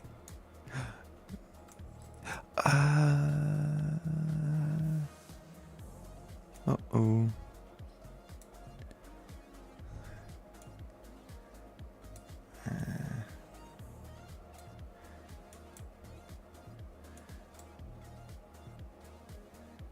Toto? Yeah, north. At south, Dude. Oh. Oh. Nice. Nice. The fuck is this? GG. East. West. All of the other teams that are here, and Sentinels were 0-6. They had lost against G2, they lost against 100 Thieves, they lost against Gen G. It seemed like there was no success to be found for them, and I mean, this is an entirely Holy shit. And honestly, on top of that, 2022. such a great performance against Heretics. They could have won it. You could argue that they could have won it. Two of the maps that Heretics won went to OT, and then Heretics made it out of the group. I mean, like, you're thinking that, yeah, they could do this. And they're going to have to do this right here, right now. This comp, it needs to be phenomenal on this. No fucking way. No fucking way. See a lot of value from the chamber. Wow. Wow. seemed like the chamber team was going to be tested this round. He is taking a little bit of space though. Aha. To prostě nebylo vidět na streame, tak já jsem dement. Super. I mean, there's no way you stand to that. They're so decisive on this hit. As soon as the shoulder was spotted, Zekin was satcheling into his face. Oh. And he's already here, close to first. You. Really nice shots out from Life. Ooh. And it's leaving Celsius on his own. Celsius. He's got light armor. And the spike was planted. His lineups. No way. And he's gonna, no way he's gonna flank all the way around. This Molly will buy enough time for it, but he needs to be very careful here. No, he has to go. He has to go. He has to go. It's a very interesting. There's no chance. It might work in his favor. It's gonna buy a little bit of time. Now Lysor's gotten it to half. Oh. Spotted, not able to connect the shots. He's got to spin the smoke and he can't connect. Wow. The pistol goes the way of FPX. Yeah. Life, honestly, he actually brought Life back into FPX in that pistol round, getting 2 in Broken Door. Wow. And he's sitting at the top. Will 16-1. It seemed done. Yeah, Wait. Aha. Look at this shit.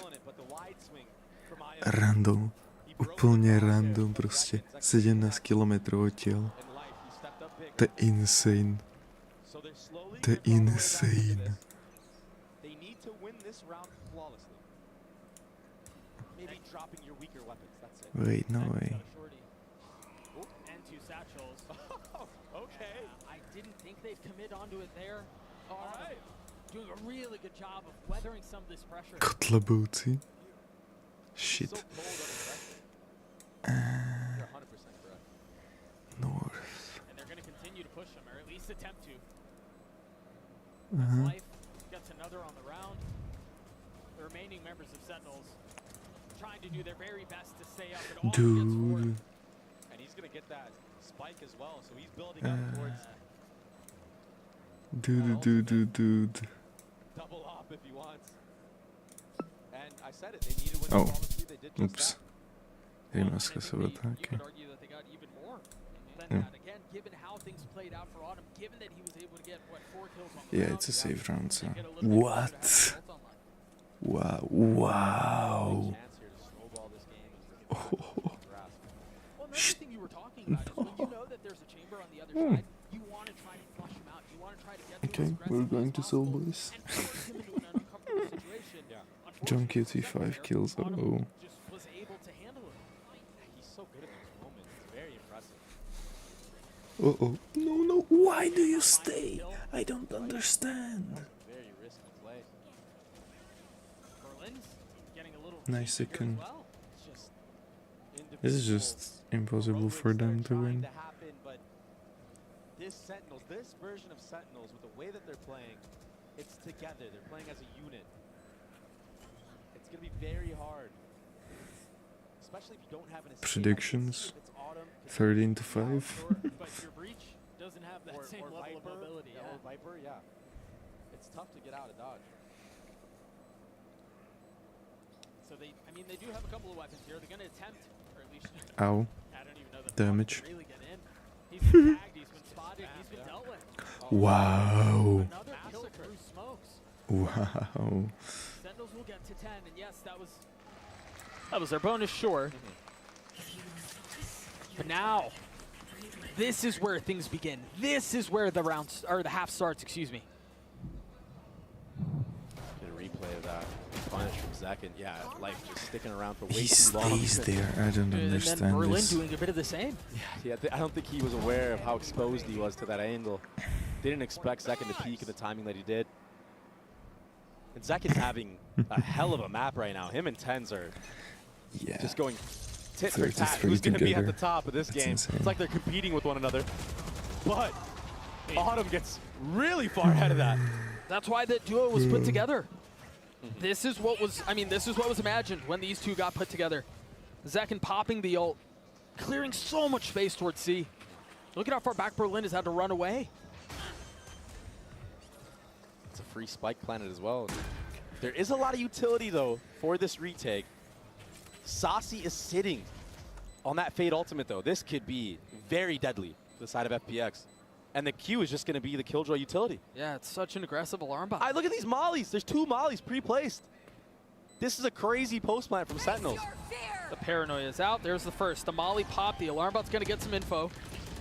FPX haven't really gained very much space other than what they already had. Lysor's the only one who's now further up.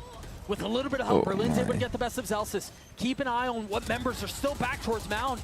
You've got Second who's running amok on the site. Berlin's almost getting the defuse. Gets it to half, but now, oh my gosh! What in the world was that? Oh, but it wasn't enough!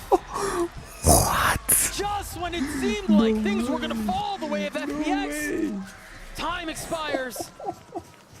And Sentinels get to 11. It was all that post-plant utility off of the showstopper from Zekin. Yeah, he gathered all that space. Everyone was so scared and just not in reach from the side of FPX that it bought so much time. Saucy has that Fade ultimate. Somehow Zelsis unlucky. has 2 mollies on site with an alarm bot that's aggressive. There's too much stall, too much delay. Oh, that's tragic. That was not, That must have been on purpose, sure. No, I don't. They just did her dirty. Right, into the next we go. Sentinels 2 rounds away from staying alive in this tournament. Autumn getting the best of Zekin. That's a big, big entry.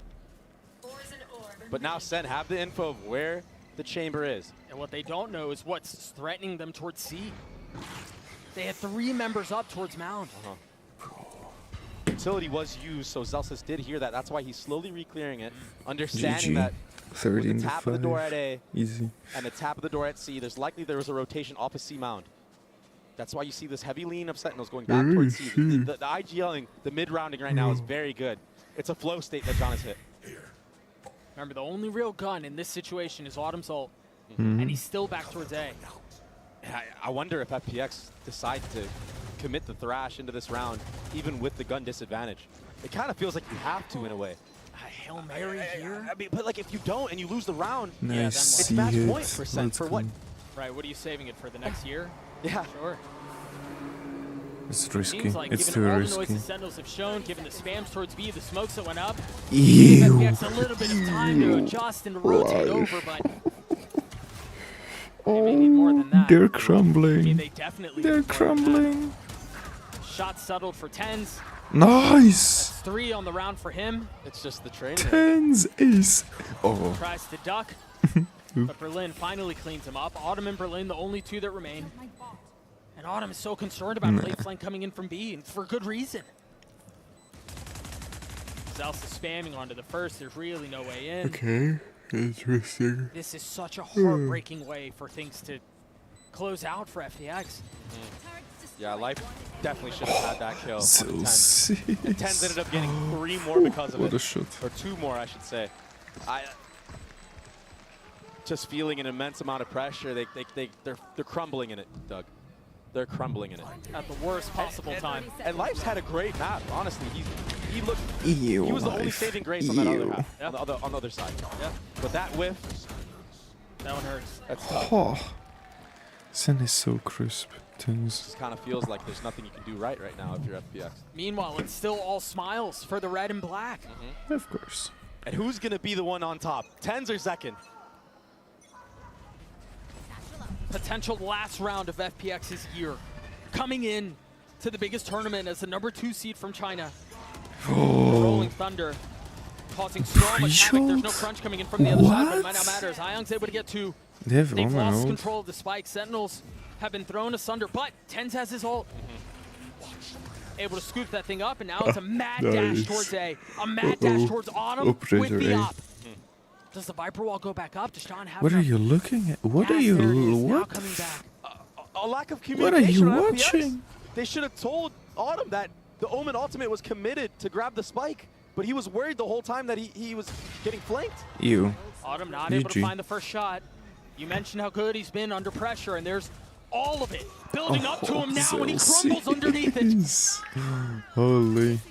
Tens committing to getting the spike down. The Thrash invested. Iong trying to find anything that he can. They've got a numbers advantage here. Can they convert this into a round win? Can they keep their year alive? Utility over the spike as FPX now pushing their way forward. This is so hard. Only able to find one though. As Tens on the spam, connecting onto the second with John QT over his shoulder. A 2v2. They have Odin. Nice. They won Spike this. ticking away. Oh. Time is short. Can John do it on his own? He's gotten it down to 1.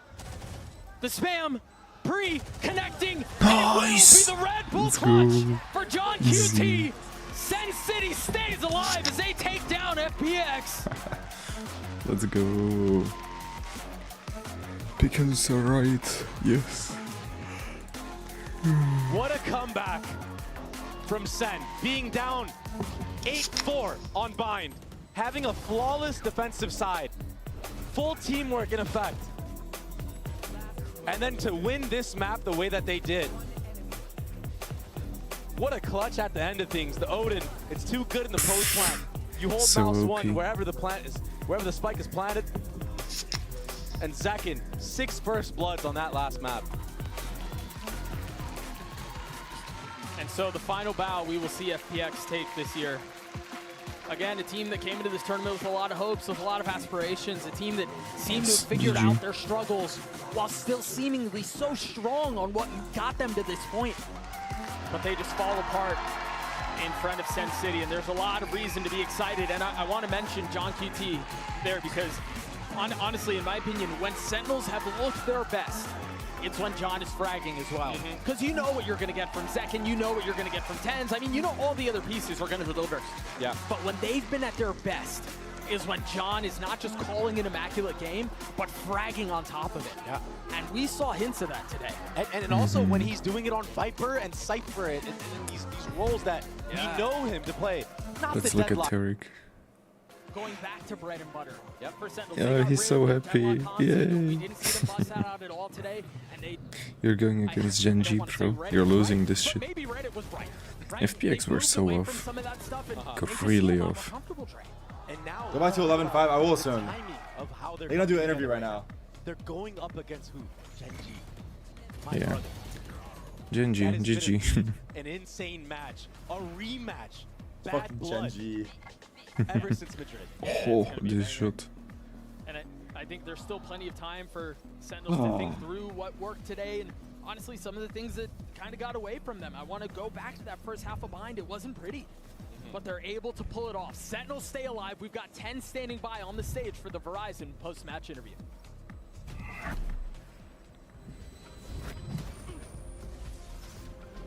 Hello everyone and welcome to the post-match interview where I have Tens on standby, of course, with this blobfish. 센티넬의 텐즈 선수 Mr. Blob. 승리 축하드립니다. 아 정말 오랜만에 맛보는 챔피언스 승리일 것 같아요. 좀 개인적으로 감회가 남다를 것 같은데 지금 기분이 어떤지부터 먼저 물어봐야겠죠. Congratulations, Tens. I mean, your return to champions, right? It's been a while. You have a win under your belt. Did you miss this feeling? Honestly, it's been great. Crowd's been amazing. Just the atmosphere of champions is unreal. So overall, it's been a really pleasant experience. 챔피언스 분위기도 너무 좋고 팬분들께서도 또 열심히 응원을 Yeah, 해주셔서 0-6 going into 너무너무 today. 좋은 경험이고 또 너무너무 좋은 시간을 보내고 It was a 있다고 tough 얘기를 drought. 합니다. 오늘 경기 전반적으로 바인드 전반전만 힘들었던 것 같은데 좀 경기를 쭉 보면 욕탕 대신에 좀 A숏을 위주로 공격을 전개하는 모습도 보였거든요. 뭔가 FPX 위주로 준비해온 전략이었는지도 물어보도록 할게요. So I feel like the only hiccup along the way today was the first half on bind. We see you guys prioritizing A short a lot more than the showers control. Was this prepped specifically against FPX?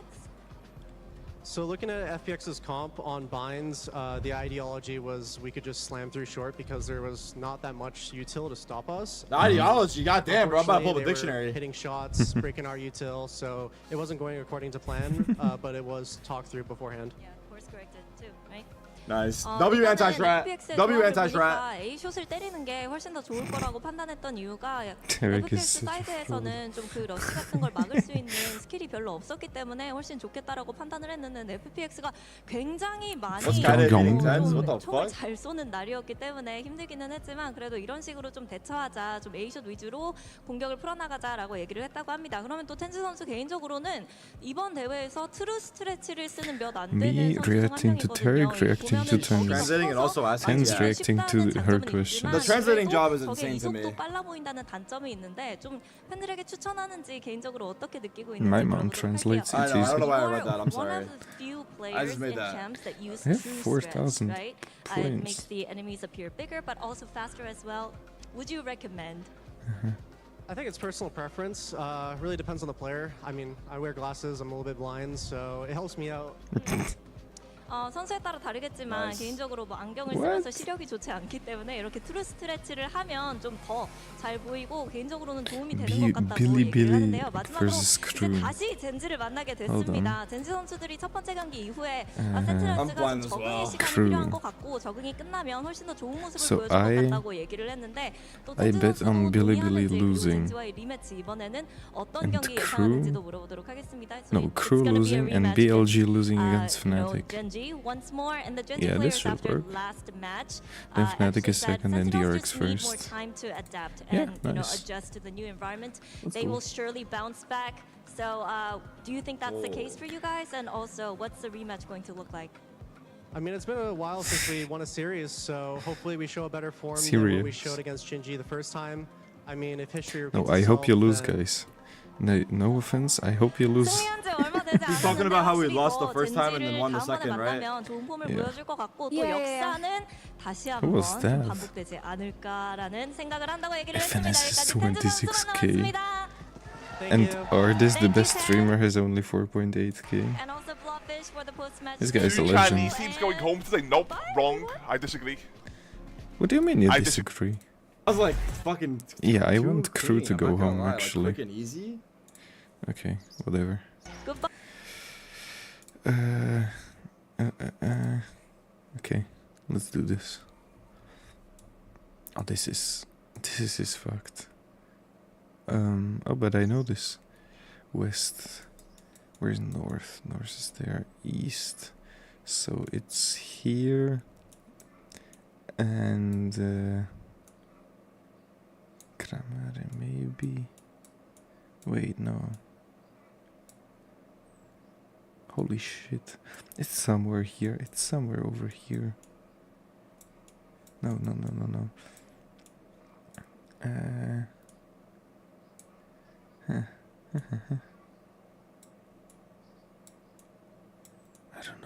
don't know. Let's do here. Yeah, okay. I'm close enough. I'm happy with that. The fuck? East, there are no mountains. Oh. North, there's mountains to the north. Oh, this is like east when I've ever seen something that's east.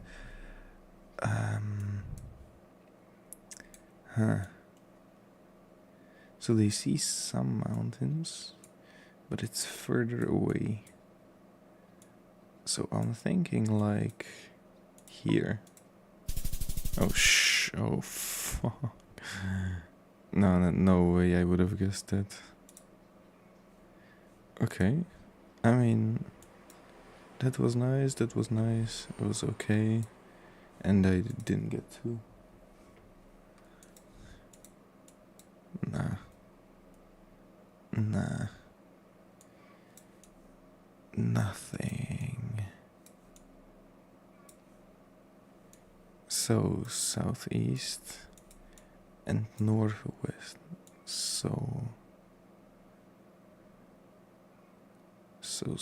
like this maybe. This. No. Maybe like here. No. Bro, this is not easy.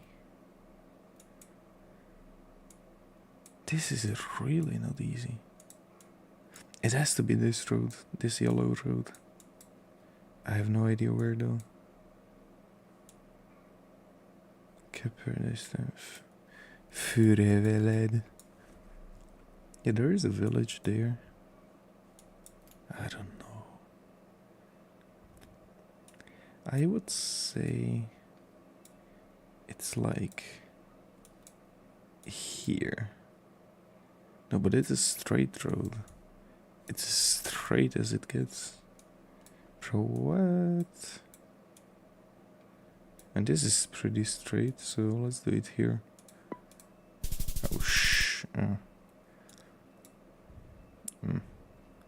No way I would have guessed it.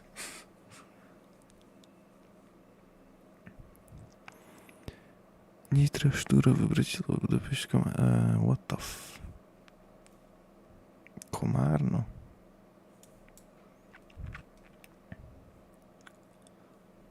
Te Komarno. This is Komarom. But where? Where in Komarom is it?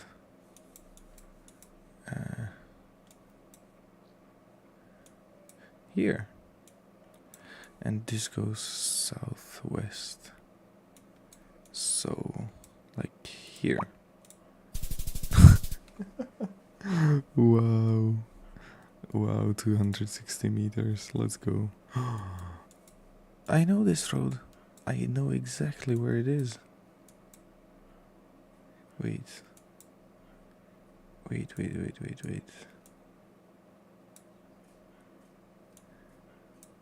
Oh, scheiße. No, I forgot.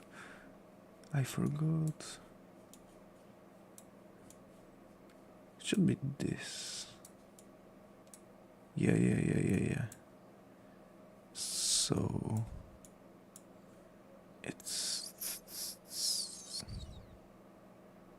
should be.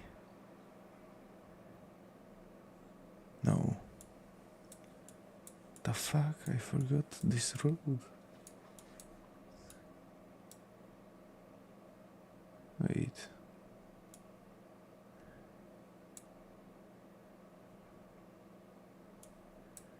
No, it has to be this.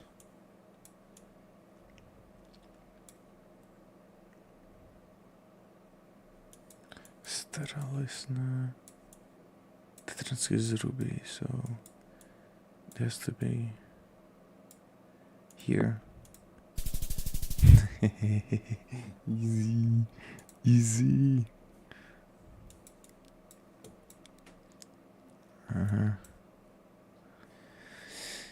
Почекай. Oh, nope. What is this?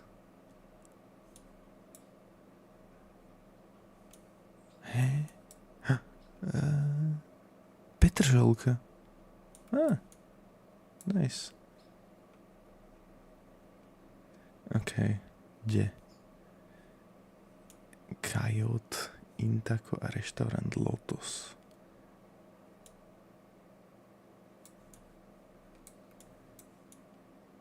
McDonald's. Oh.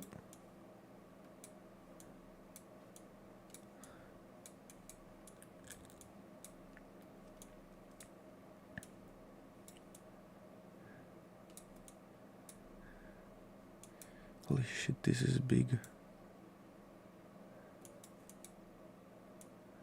Langusche.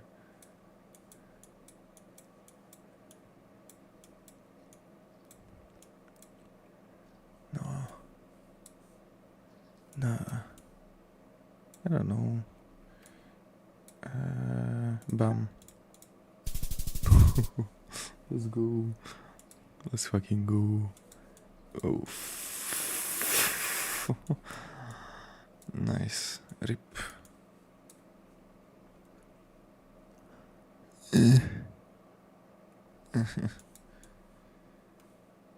Gives me nothing. It gives me nothing.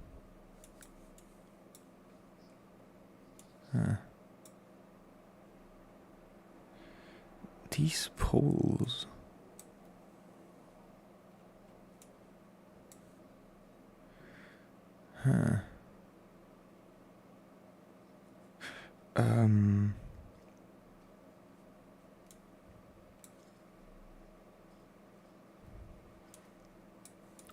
So it goes northeast, so like here.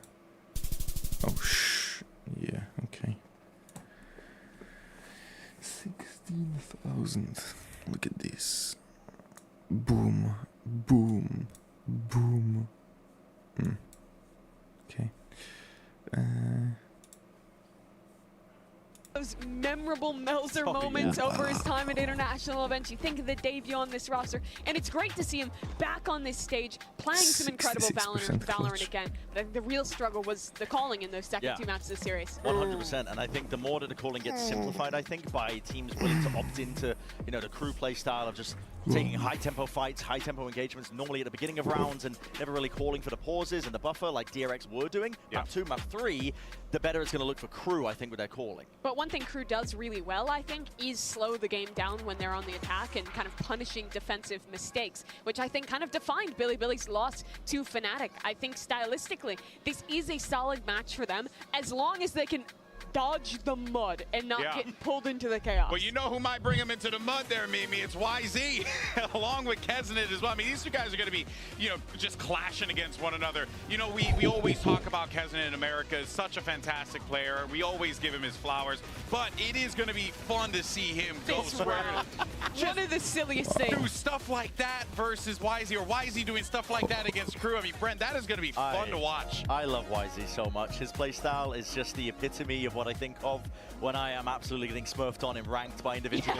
I pictured it as YZ on the other end, and they're just making me rethink every life choice. And he's going to be up against Keznit, who is, you know, putting up some similar numbers in some capacity sometimes, but Keznit really isn't this superstar player that takes over games as much anymore, because I think crew as a whole, they tend to be a lot more team play oriented. Yeah, I think since Shy and Melzer have kind of come into the team, they found that balance. Yeah, absolutely. So they don't really need Keznit to be that star player to shut him down, but I I think it's going to be a factor for sure. If YZ is just going to be taking over the game and doing crazy stuff, which you know is going to be pulling out instances of that, you need heavy hitters like Kesner who are able to just shut it down cleanly with no real mistakes. Yeah, I think another thing that's cool is both these guys are known for their Raze and their Jet in the past, which has been really good. The offing on the Jet and the movement on the Raze. But they both picked up some of the Neon in stage 2 of their respective regions, and I think it's looked pretty solid, especially for Crew. We saw that Haven against DRX where they looked great. Let's do one more. A lot of nice setups around Kesnit's Neon. So it's cool to watch both these guys branch out, even if they've had kind of a parallel story in the past. Yeah, for sure. Well, let's go ahead and hear from YZ about Billy's loss to Fnatic in today's matchup in this, or excuse me, and today's matchup. North. In our Omen player mode. Where the fuck? 我说实话 ，Fnatic 还是就是一如既往的强大嘛，就他们作为一个很老牌的国际强队，今天的第二张图就跟我们上一次打的第一张图那种感觉是一样的，就感觉有点哪都打不通的感觉，然后有点。What the fuck is this? 如果我们是1比20，或者是两张图都非常接近。Nice. This is not easy. 说得上是打得还可以吧，但是 South, north, no, nothing. 就没有什么自豪的说法。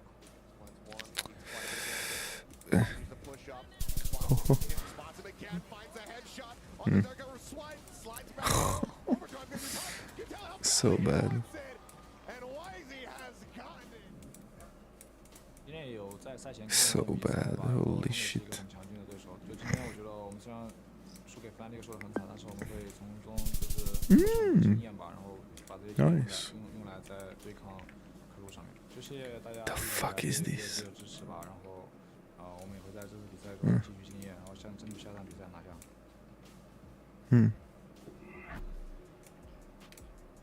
Now you heard YZ and Ribani. talking about the fact that they got beaten. Carpathia Ribani. And you can tell that they're certainly, hurting from that one. So, Brandon, I guess, question is like, can they recover from that, especially against a Crew team that oftentimes when their backs are against the wall, they pull off miracles. Did he punch back? I think both of these teams, can they recover? It's down to whether or not they can brush it off. But Billy was the one that got, I think, worked the most out of a lot of the teams in these open Yeah, they definitely did, but they're up against Fnatic in that capacity too, because Fnatic are one of the best teams at this event in terms of being able to punish that. And you definitely saw that on Lotus, I think, one of the best maps for them. I don't know. Mine was a little bit closer, partly because Billy will. They were throwing out a lot of the unorthodox plays that you love to see to throw a team like Fnatic off guard, where it's not the usual, it's high risk, it's high reward, they're hitting their shots in the right times, yet still couldn't quite get it, but it was a better look for them, don't get me wrong. And their map pool overall has me just kind of scratching my head in terms of which direction the game is going to, because I think it's quite open in terms of the pick bans for both of these teams. Bind is definitely one of the best maps, but for Crew, they're probably going to be wanting to ban that almost immediately. Yeah. But yeah, I'm not sure. I also think some of these teams have kind of some shared strengths. I think they both really like playing into the Ascent, things like that. And it's tough for me to think of a map that Billy is going to get a big leg up over Crew. Yeah, they're going to have to be really digging deep on a few of these, right? And I mean, that game against Fnatic, I think they had opportunities to close out. But GG. The game for me was defined by getting into advantage post-plant situations and then slip. And there was a round I wanted to break down around that, where they have a really good read and then no idea. let it all slip. No this fucking is round clue. 16 against Fnatic. If you look at Fnatic in this round, they have a pretty big ult online here with Alfear having that Thrash available. The Thrash, of course, great tool to clear into the site, but one thing it lacks is the ability to actually knock players off. And BLG have a cool setup here. YZ satcheled up on triple, and Flexen boosted up with a satchel of his own to get top truck. I think the setup is just a straight-up read that they're going to be hitting a the fuck is this? And these players won't be affected by that ultimate. Let's watch it play out. Fnatic is going to start to hit into the Spiska nowa. expected by BLG. In comes this Nice. from Alfear. And the reply utility is going to come through. They have a nade ready to go for YZ. And while that does catch the player towards triple, both these guys are so completely above the smokes, ready to fight. Look at Fnatic coming through the orb, getting absolutely rolled to start this one off. Famous places. Have a big advantage in this round. They were just up in a 5 versus 3. Nice. This is where things start to go wrong, because this Raze player over towards triple swings out on his own, and he dies. That turns into a 4v3. Still a winning position for BLG. And now the name of the game when you're in a position like this in a late round is condensing the map, playing the fundamentals. And you see here, it looks like BLG are setting up right. They have a player back. What? They have 2 players inside of U-Haul, and they can set up together East, to have kind of a crossfire north. here, where there's going to be a player in U-Haul front there taking contact. There's going to be another player behind him who can swing off that, and then that truck player Here. can swing as well, and that should lock this round up. But unfortunately, that's not how it goes. Yosemite's on the No. Knight is playing off his contact. Fnatic starts to rock their way up. When the contact actually comes, Yosemite is stuck in. Knight takes that. The Swings it fuck? in time for Yosemite, and it's the same thing for Flexen, where he's not swinging on time, and they end up losing the round. This happened multiple times in the series against Fnatic, where BLG got good advantages, and the fundamentals lost them rounds. They need to clean it up if they want to win against Crew today. They're going to need to fix that up. All right, well, let's go ahead and meet the teams as Crew and Billy are ready to take the stage. Yeah. Let's bring them out. All day breakfast meals. Pesos. Aha. Where is pesos? I don't know. Oh, walkouts. Crew have to lose this. Who will win map 1? Lotus. I don't know who says Lotus. Tarek has normal predictions.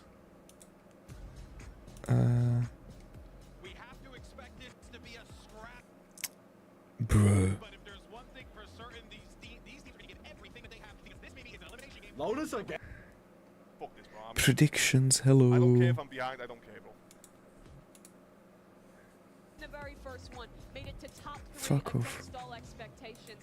And just last year, everyone remembers. Oh, BLG picks Lotus. Yeah, Crew lose first map, but let me predict. Right here, right now. But one of those Fuck. Okay. Let me. Oh no. Predict. Where's the prediction? What? Oh. There's no way Crew win this. I'm going all in. Okay, let's go. Full all in. I'm all in. Because they are disciplined. They are willing to slow down the game just in taking those little pauses into the mid round, making sure that they group us up as The fuck is this? Pesos. Pesos. I got no idea, bro. I got no idea. Why is Brazil so fucking big? Oh. Oh. Oh.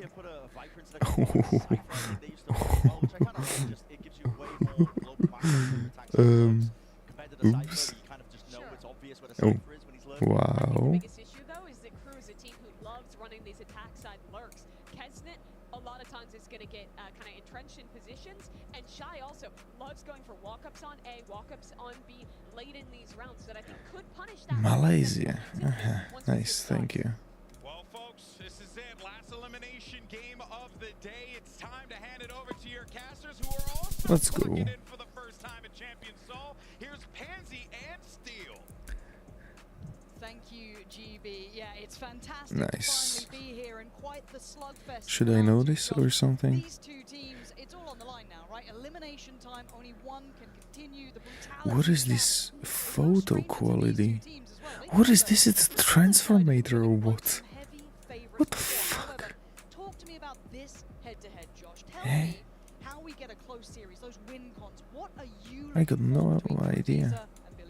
This is going to be an interesting matchup when it comes to the stylistic approaches. I think really it comes down to these first picks for both these teams. It's going to be so crucial for them to get a good lead into this. No. Billy opting to start attack on Lotus. They are so much better on their attack side than they are on their defense, and we need to see something a little bit better than what we saw against Fnatic from them right now.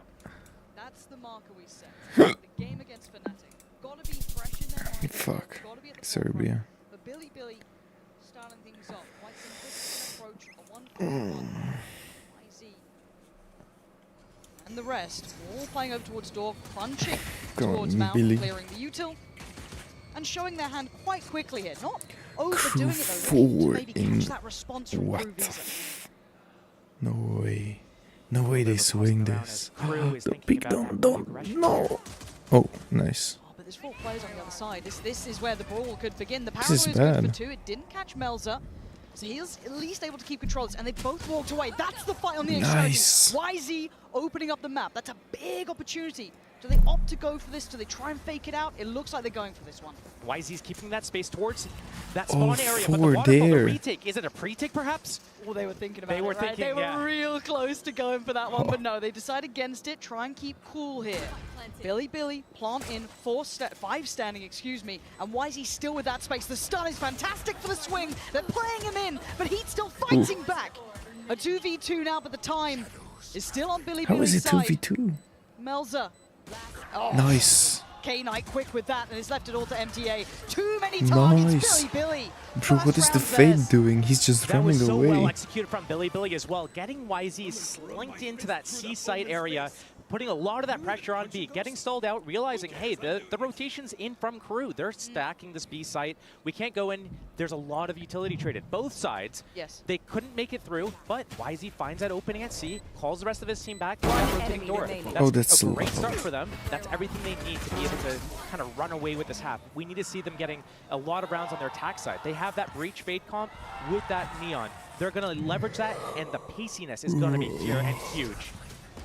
And right off As the I say bat, that. Yeah, YZ this time going to be punished, though. It's Kesnet delivers the No. bullet to the brain. So without the man at the front here, and they've gone pretty all into this. Melza does get away with his life. And the 3 players can remain here for crew. Again, you're looking at Heat, Kesnet, the 2 with the sheriffs coming in to be your main damage dealers, but a very early pick is fantastic. They brought over that 4th player It's as too well. You're bad. looking at having Shy sitting towards They still have 4 yes, rifles but they've though. got a lot of grip on this No side still. duelist though.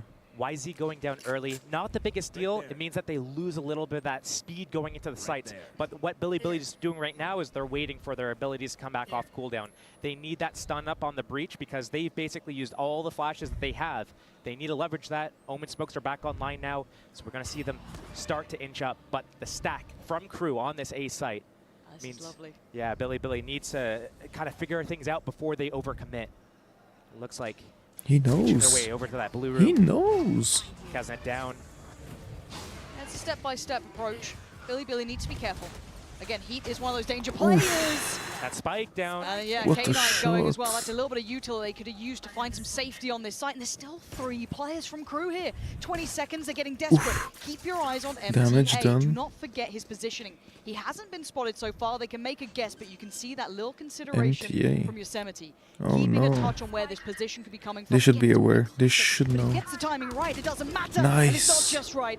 Misses the opportunity, but a 2v2. Shy, gonna Nice. fall. Well handled by Let's Neff go. in the end to keep that in touch. A costly round, but a round nonetheless. A costly round indeed, and it needs to be a lot cleaner than that. Crew was able to do that basically with sheriffs and their positioning. If Billy wants to be able to convert a lot of these rounds on their attack side, like once Crew gets those guns, He's these are going to pressing be different tab. situations. They cannot allow for these things to happen.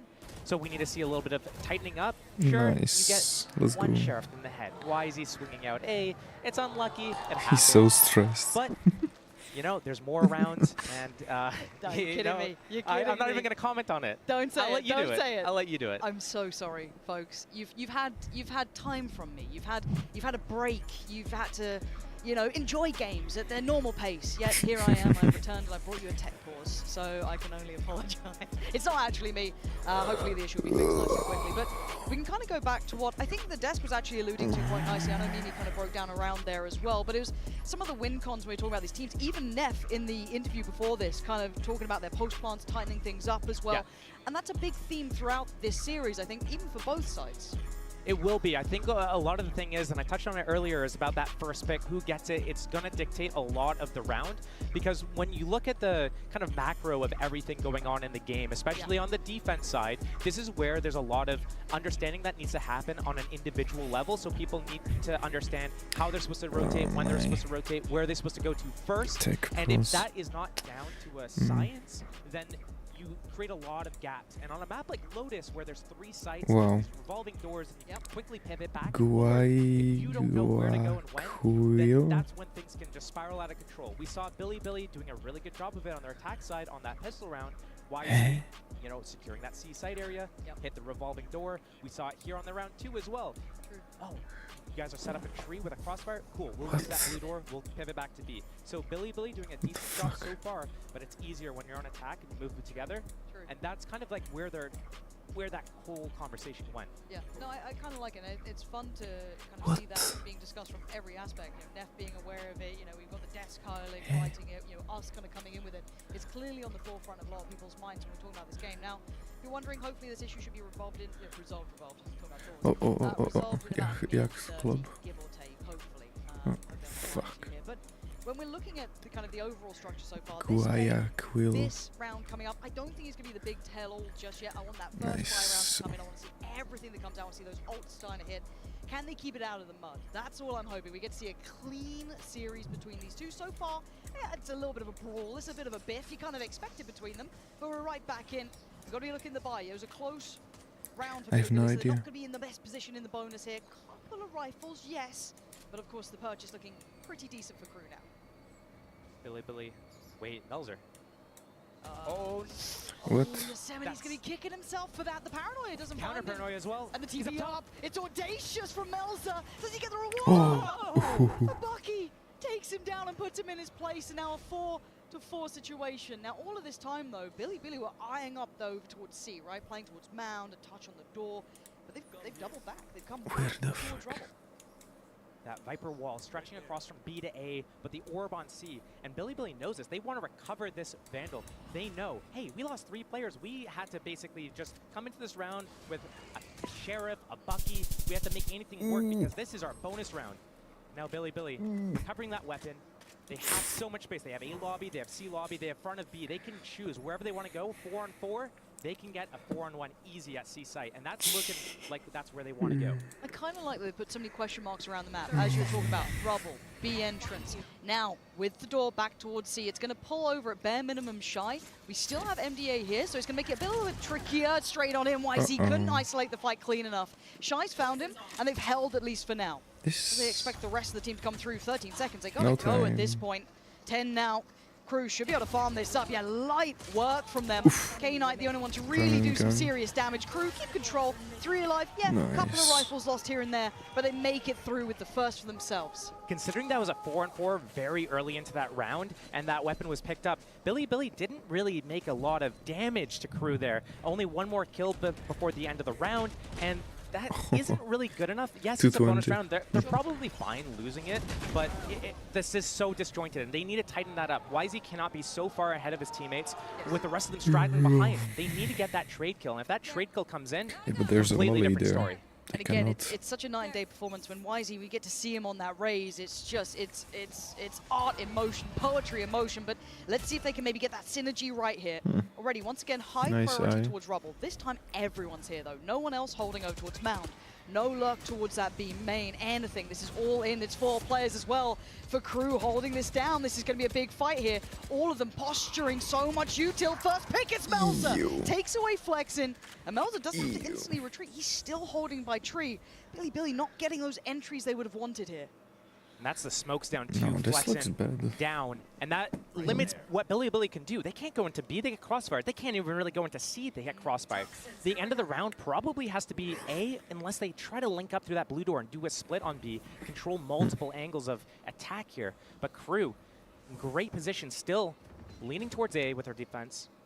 They know Billy's limited. They know that, you know, if it's C, easy retake. And it feels like they're reading it like you are. That it's going to be that potential pivot towards B if they go for the split here. They've already adjusted their players, putting a lot of faith in Melzer. They don't know that they're not a his backside. Unlucky. Kind of refresh the one way a little then. Still going to make it hard work to clear through tree. But they're running this very late, Billy. So they're walking into the unknown. Fortunately for them, it's clear. So we're looking at a retake from Crew. Doubt it's a pre-take. The spike is down. So post-plant util is light. We do have YZ with his ult. And that's really about it. There's not much more. Maybe he'll cycle back up soon, but beyond that, Crew, let's see if they can keep this clean. Heat's got a little bit of util to work with. 2 on the site, 1 towards door and 1 towards Rubble for Billy. K-Knight the first to shoulder the attention. Gonna be noted. A quick call back of support. The Prowler sent in the first to fall. It's clean from Crew.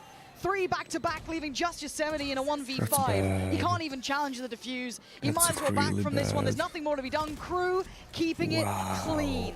2 rounds now for themselves, and they'll be happy with that. That was a hard all-in from Billy pretty much. Yosemite knows what's best for him. Decided to save in the end there, and Billy really not finding that opening. That's a couple of rounds now. We're only 4 rounds in, on round 5 going into it, and so far a lot of utility trades out, a lot of weird fights. We saw it on pistol round over at B, we saw it here at A lobby, and then on that re-clear with that Viper wall going down, just abilities going back and forth. Billy hasn't been able to find a clean opening, and you would think that they should be able to with that Fade Breach combo, with that Neon, with that speed, I'm but not they're not hyped finding about anything. like Another any fast opening team here. except It's gone further Heretics. this time. YZ just going to throw himself into the mix, but look at the space. Look at the gap between him and the next player. They've got to try and help him out here. Get that pressure building. YZ takes away heat and goes hunting for more. The man is bloodthirsty, and he's getting his reward. Beautiful damage done. It's 2 players remaining. Flexing good position, punishing one, but the trade for YZ. That's the impact you need. That's a YZ round and a half. That's a huge opening as well for YZ. Billy just found that gap and just exploited it. And it's not the first time they tried going aggressive. It's that Crew's been putting it down. So we're going to be seeing this kind of, if this is as early as round 5 that we're seeing these things, we've got 7 more rounds of this. And yeah, there's 3 different openings, B, A, and C, that kind of have these 33% chances of guessing the correct spot. Is it going to be A that they come out? Are they going to go C next round? What's going to happen? And Crew needs to find a way to stay ahead of that, because if they can put Billy, especially YZ, in the dirt early, that's their best way into this game. Spot on. Early clip. They just didn't check the box. Headstrong and approach YZ. The rest of his team can't join him again. Held back by the util, but he's still trying to clear through at least towards B. Shy's quite nearby. You're going to hear the ult being popped here. Doesn't find a target. YZ lives. Barely, but he lives. Flexing going to clear through Shy. Billy starts trying to pressure behind this, and just holy shit. YZ here. Insert him in towards B. The Prowler does catch. He doesn't get away with daylight robbery, but does he catch a kill? Well, catches a death in the end. The cross going to be watched, though. This is a very pacey game. But now it stabilizes. The plant should come in. Don't push. How much space does Neff want to try and get? Looks like just focusing towards catching CT. Interesting. Is everything. It could be huge. It could be huge. They know that Mountain's clear. They know that no one has come towards this way. So CT might have a player. They might be still on site. They could have maybe backfilled towards Waterfall. That's why you're seeing the util invested early. All that information coming through from Melzer. The first steps on the site, and Flexin, did the barrel show? It did, but the support's there. An isolated fight was all he was going to pray for, but he doesn't get it. And now, the other 2, it's time to back away. Billy answering in kind now. That's going to be a 4th for them here, surely. It looks like Crew is looking to save here. They realize nice. Kesnet goes down as well. They realize once that Omen goes down, once Melzer's out of the equation, that Omen versus Omen fight was the round. If Melzer wins it, Crew takes the round. If Flexin wins it, Billy takes the round. And really, I like the timing of it, though. The paint shells coming in from spawn to force them out, everything was working well. What I didn't like from Crew was that they used that showstopper on Kesnet early before anything really happened at B. Lots of players on the site, but they didn't plant yet. I don't even think they even tapped the spike. And they had the lockdown for Shy. They had it that round. They could have used it in the retake, but he's the one, the first to fall from Crew, and then the entire rest of the round falls apart. Speaking of falling apart, the money's looking rough around the edges here for Crew. Still a couple of rifles, so Heat and Kesnet, the ones to watch. YZ, yeah, he's going to find Melzer. Shy tries to do some damage, but it's well controlled. Big threats now coming through, though. Heat and Kesnet make it towards the door, get eyes towards Mound, and do some serious damage. Yosemite and Flexin looking for a corner of safety, trying to find a little bit of something. Get the plant in, get the time on their side. These rifles aren't really recoverable for the, I guess, MTA to be able to pick up one, but still, it's fine. They have 2. They've got the Nightfall. That's going to set things in motion. Flexin playing forward in this. I mean, these guys were the smoke criminals themselves. This is so dangerous. The Prowler's going to reveal Flexin's position, but he's really backing down from this. Holy shit. Takes the TP away. Prowler's got a long old way to go. And the first spot going to come already from Yosemite here. Cleared by Kesnet. Flexin can't do it all.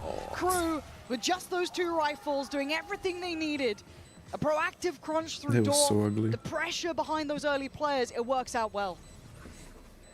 I do get a little bit worried about Billy's playbook, the depth of it. They rely so heavily on these fast openings, but this chaos coming in from multiple different angles, they haven't dealt with it so cleanly yet. I do want to see them doing something where they split off the map. We saw it on their bonus round when they have the Omen, the Viper walking out a lobby as that C pressure around Mound comes into place. I want to see them do that a little bit more, develop the map, and just bait out, find out where Crew's playing, bait out those counter utilities, because right now, Billy is just running into a brick wall in some of these rounds, and Crew is doing a decent job. Yeah, 3 to 4. Close series so far. A couple of those ults cycling up. Shy still has his, you noticed it earlier. MTA, other side, Rolling Thunder, and a TP for Flexin. One off for Yosemite. And Billy looking to maybe try and clear this. You can see already the Killjoy utility pulled back closer towards main. So YZ, yeah, gonna get a spot on it. And Shy shoulders. But they're not going to springboard off this just yet. A little bit more patient on approach. That's the first committed attempt, but they still might pivot over towards C. And that's the attacker smoke down at the entrance of C there, just to get them out of that revolving door without getting sandwiched. They're disgusting. Rolling Thunder still up for K-Knight. And should be the stun off cooldown as well. This close A. Melza being ahead of this keeps so much information as well, keeps so much safety towards A. They can kind of almost stack a little heavier towards B, towards C without too much worry, but with the time starting to tick, they're starting to consider, well, we've seen no more pressure towards C. That's already being cleared by MTA. This has got to be this B piece coming in already, the util being sent. This lockdown, though, they need to use the Rolling Thunder to extend through, take some space. They're trying to fight towards door, but YZ going to be hindered here. This is a very difficult round for Billy to the wire sort of situation. He good for one, but the trade comes in.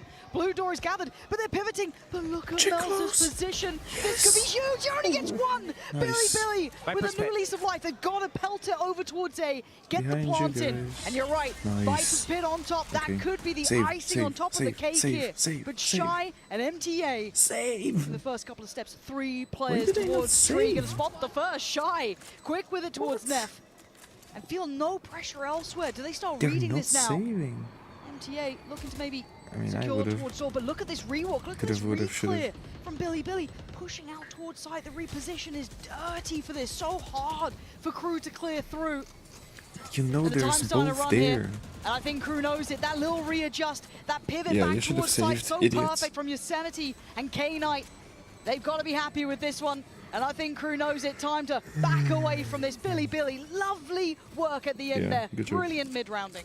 I love their pivots right now. It's showing that they're aware of what's happening and how to get out of these dangerous situations. If they commit, they die. They pivot out of these situations. Yosemite was already postured towards that A lobby. They kind of had that planned. They knew exactly what was going to happen. They knew that lockdown was going to come. They knew that they need to rely on that flank from Yosemite. And everything played out really well in Billy's favor there. They would have and lost I love that reflank. Once it hits that 2-1-2, we saw Shy walking into that Viper's pit immediately, taking that timing as it's still developing, as it's still spreading, finds that first player, 2-1-2. But I think what their mistake was is that when they enter tree on that flank on that Viper's pit, they both show that they're there. One spamming, another's reloading, they're making way too much noise, and then it's a good reaction from Billy. Okay, they're here, let's wrap. We don't even have to keep the pit up. Let's walk around the site. And enough time's ticked, we know exactly where you are, we have stun, aftershock, we're chilling.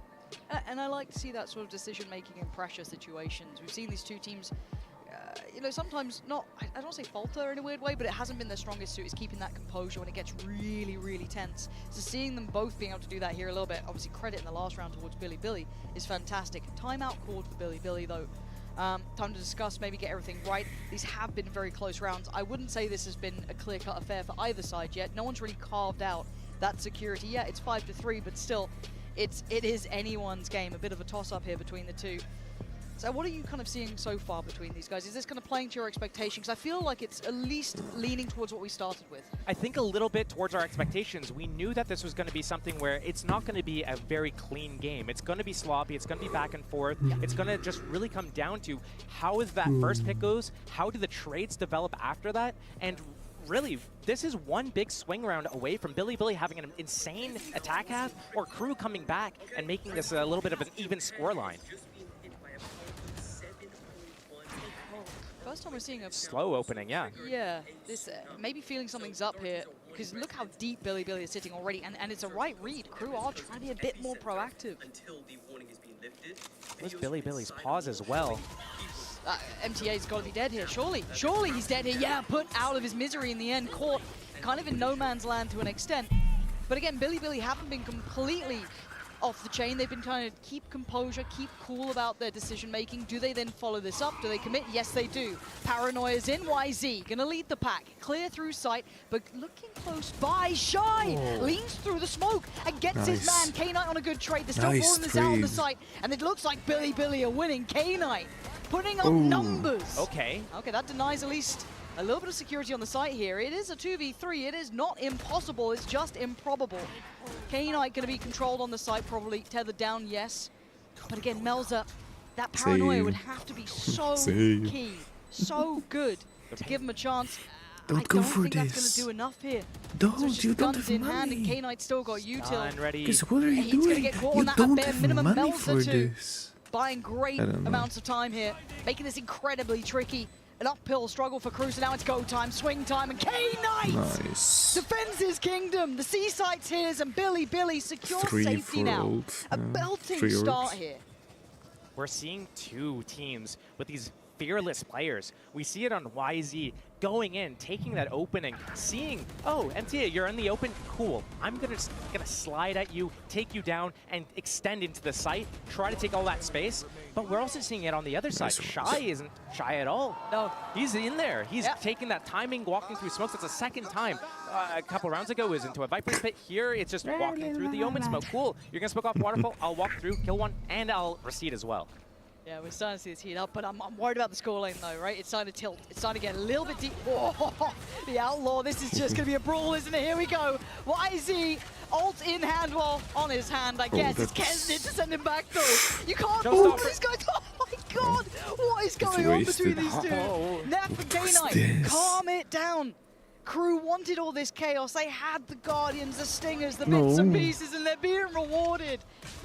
Oh dear, K-Knight, you clutched before. You can't do it now. That Stinger deadly.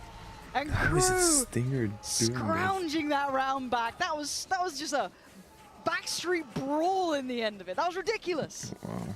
The funny thing to me, I think, is that when Billy was doing their slow openings and finding out exactly where they want to hit and doing those pivots as well, that's when they were strongest. And whenever they've gone out, passed out the gates, that's when they've been crumbling. And right here, they do it again. 3 trades for each team. Comes down to a 2-on-2. And Crew walk away with that round. And that's a swing round. That's the swing round I was talking about. We might end up with a 6. That's how it happens. You got to be safe. I thought the last one would have been enough, but clearly not.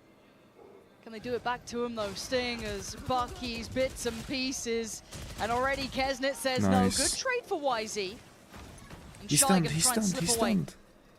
Smoke instantly put into place. Melza gonna find Yosemite. Not allowing any of that extremity work to come in. Shoot the molly. Shoot the reposition as well. Right after he got that kill, but Billy going into B. Ooh, what a shot. They just walk on in. This is an outrageous series already. A quick grab on the spike and get it out of there. We're going to need a monumental round from YZ or Flexen, but Flexen only has a classic, right?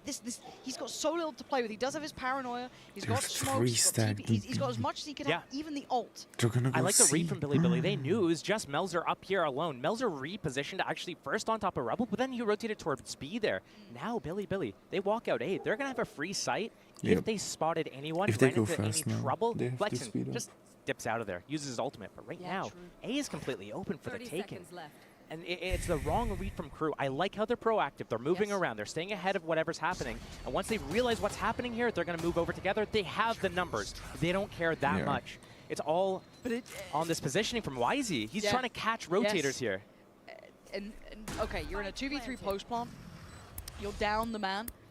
You need to catch one. If they get all the way back towards if he gets one here, it's insane. He's going to hear the steps of one, but there's 2 players. He's going to hear all of them. Wait for it. 3, YZ, Prime, position, the downfall of Crew. He slowly creeps closer. They have no idea. None the wiser, and Flexen can just wait with bated breath. The one-way still up. He's closing the gap step by step. It could be the downfall, but he's got to get it right. He can't waste his chance, and he doesn't on the first. Takes down MTA, but the tap on the spike will draw the attention. Nice, Flexen! Against the odds, turning it around.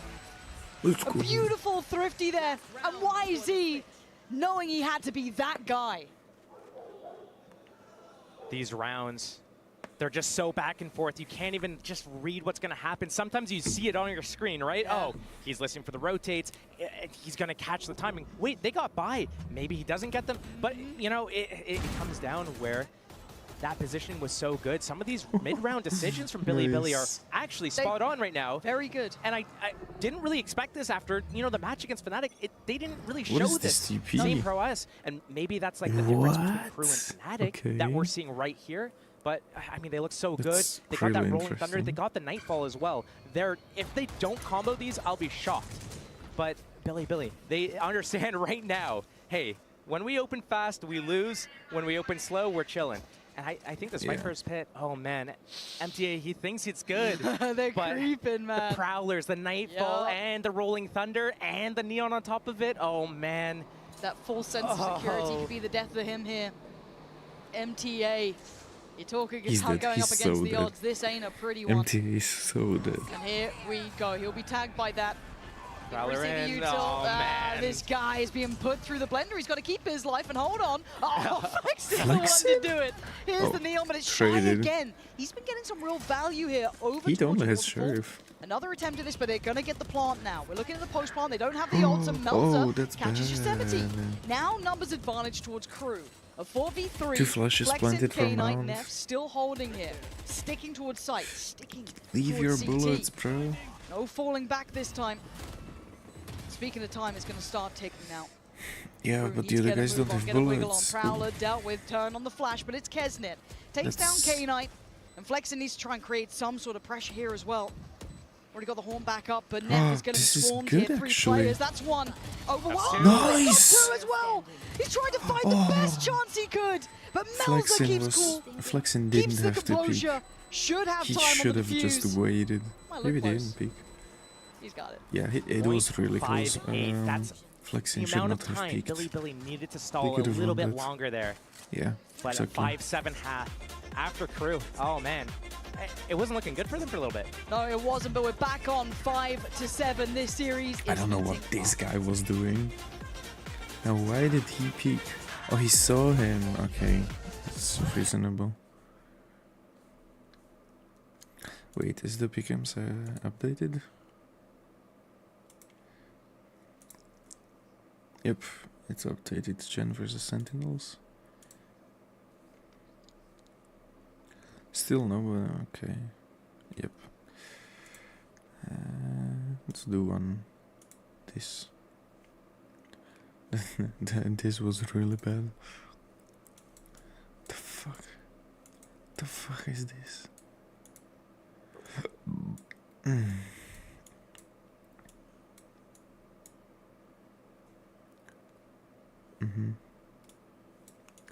Yeah, these Mexican shit, it's unguessable. Bienvenido is welcome. Thanks. Huh? Buklana? This seems Mexican. Where's Mexico? Fuck. This Yucatan. Like, I don't know, in the middle somewhere. Oh, Peru. Whatever. It's the same shit. Wait, isn't this the Chinese one? No, it's not. Okay.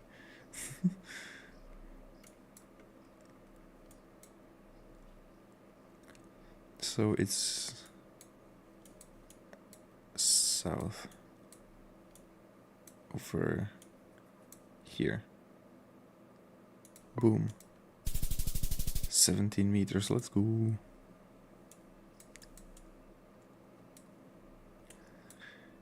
Berg.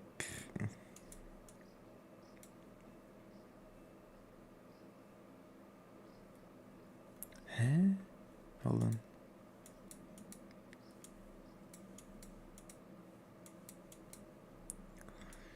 Bilbien Aarberg Kerzens Nuegatel.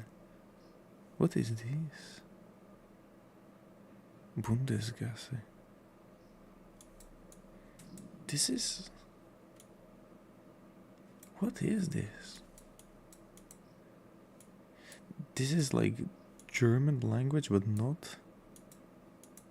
Bro.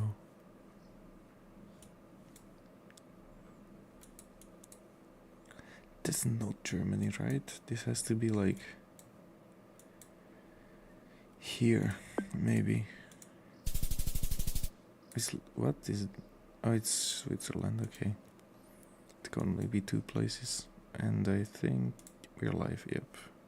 To make a very clean, clear-cut start. They should know about at least This is dying Flexin for as well. so Found many times. Crew coming in with all the information. They seemed very prepared for this. This round's coming all crashing down on Billy just one at a time, and this is one of those things where the better teams at the event, together, I think it's fair to say that, are the teams that know how to play out those situations where they're down and out early. Right here, though, Billy, they look, as you said, to double down. Once they lose one, okay, let's go even it up. But that's not working in their favor. And Crew, they're just going to walk around every round right now, look for whatever openings they're given, and just take it.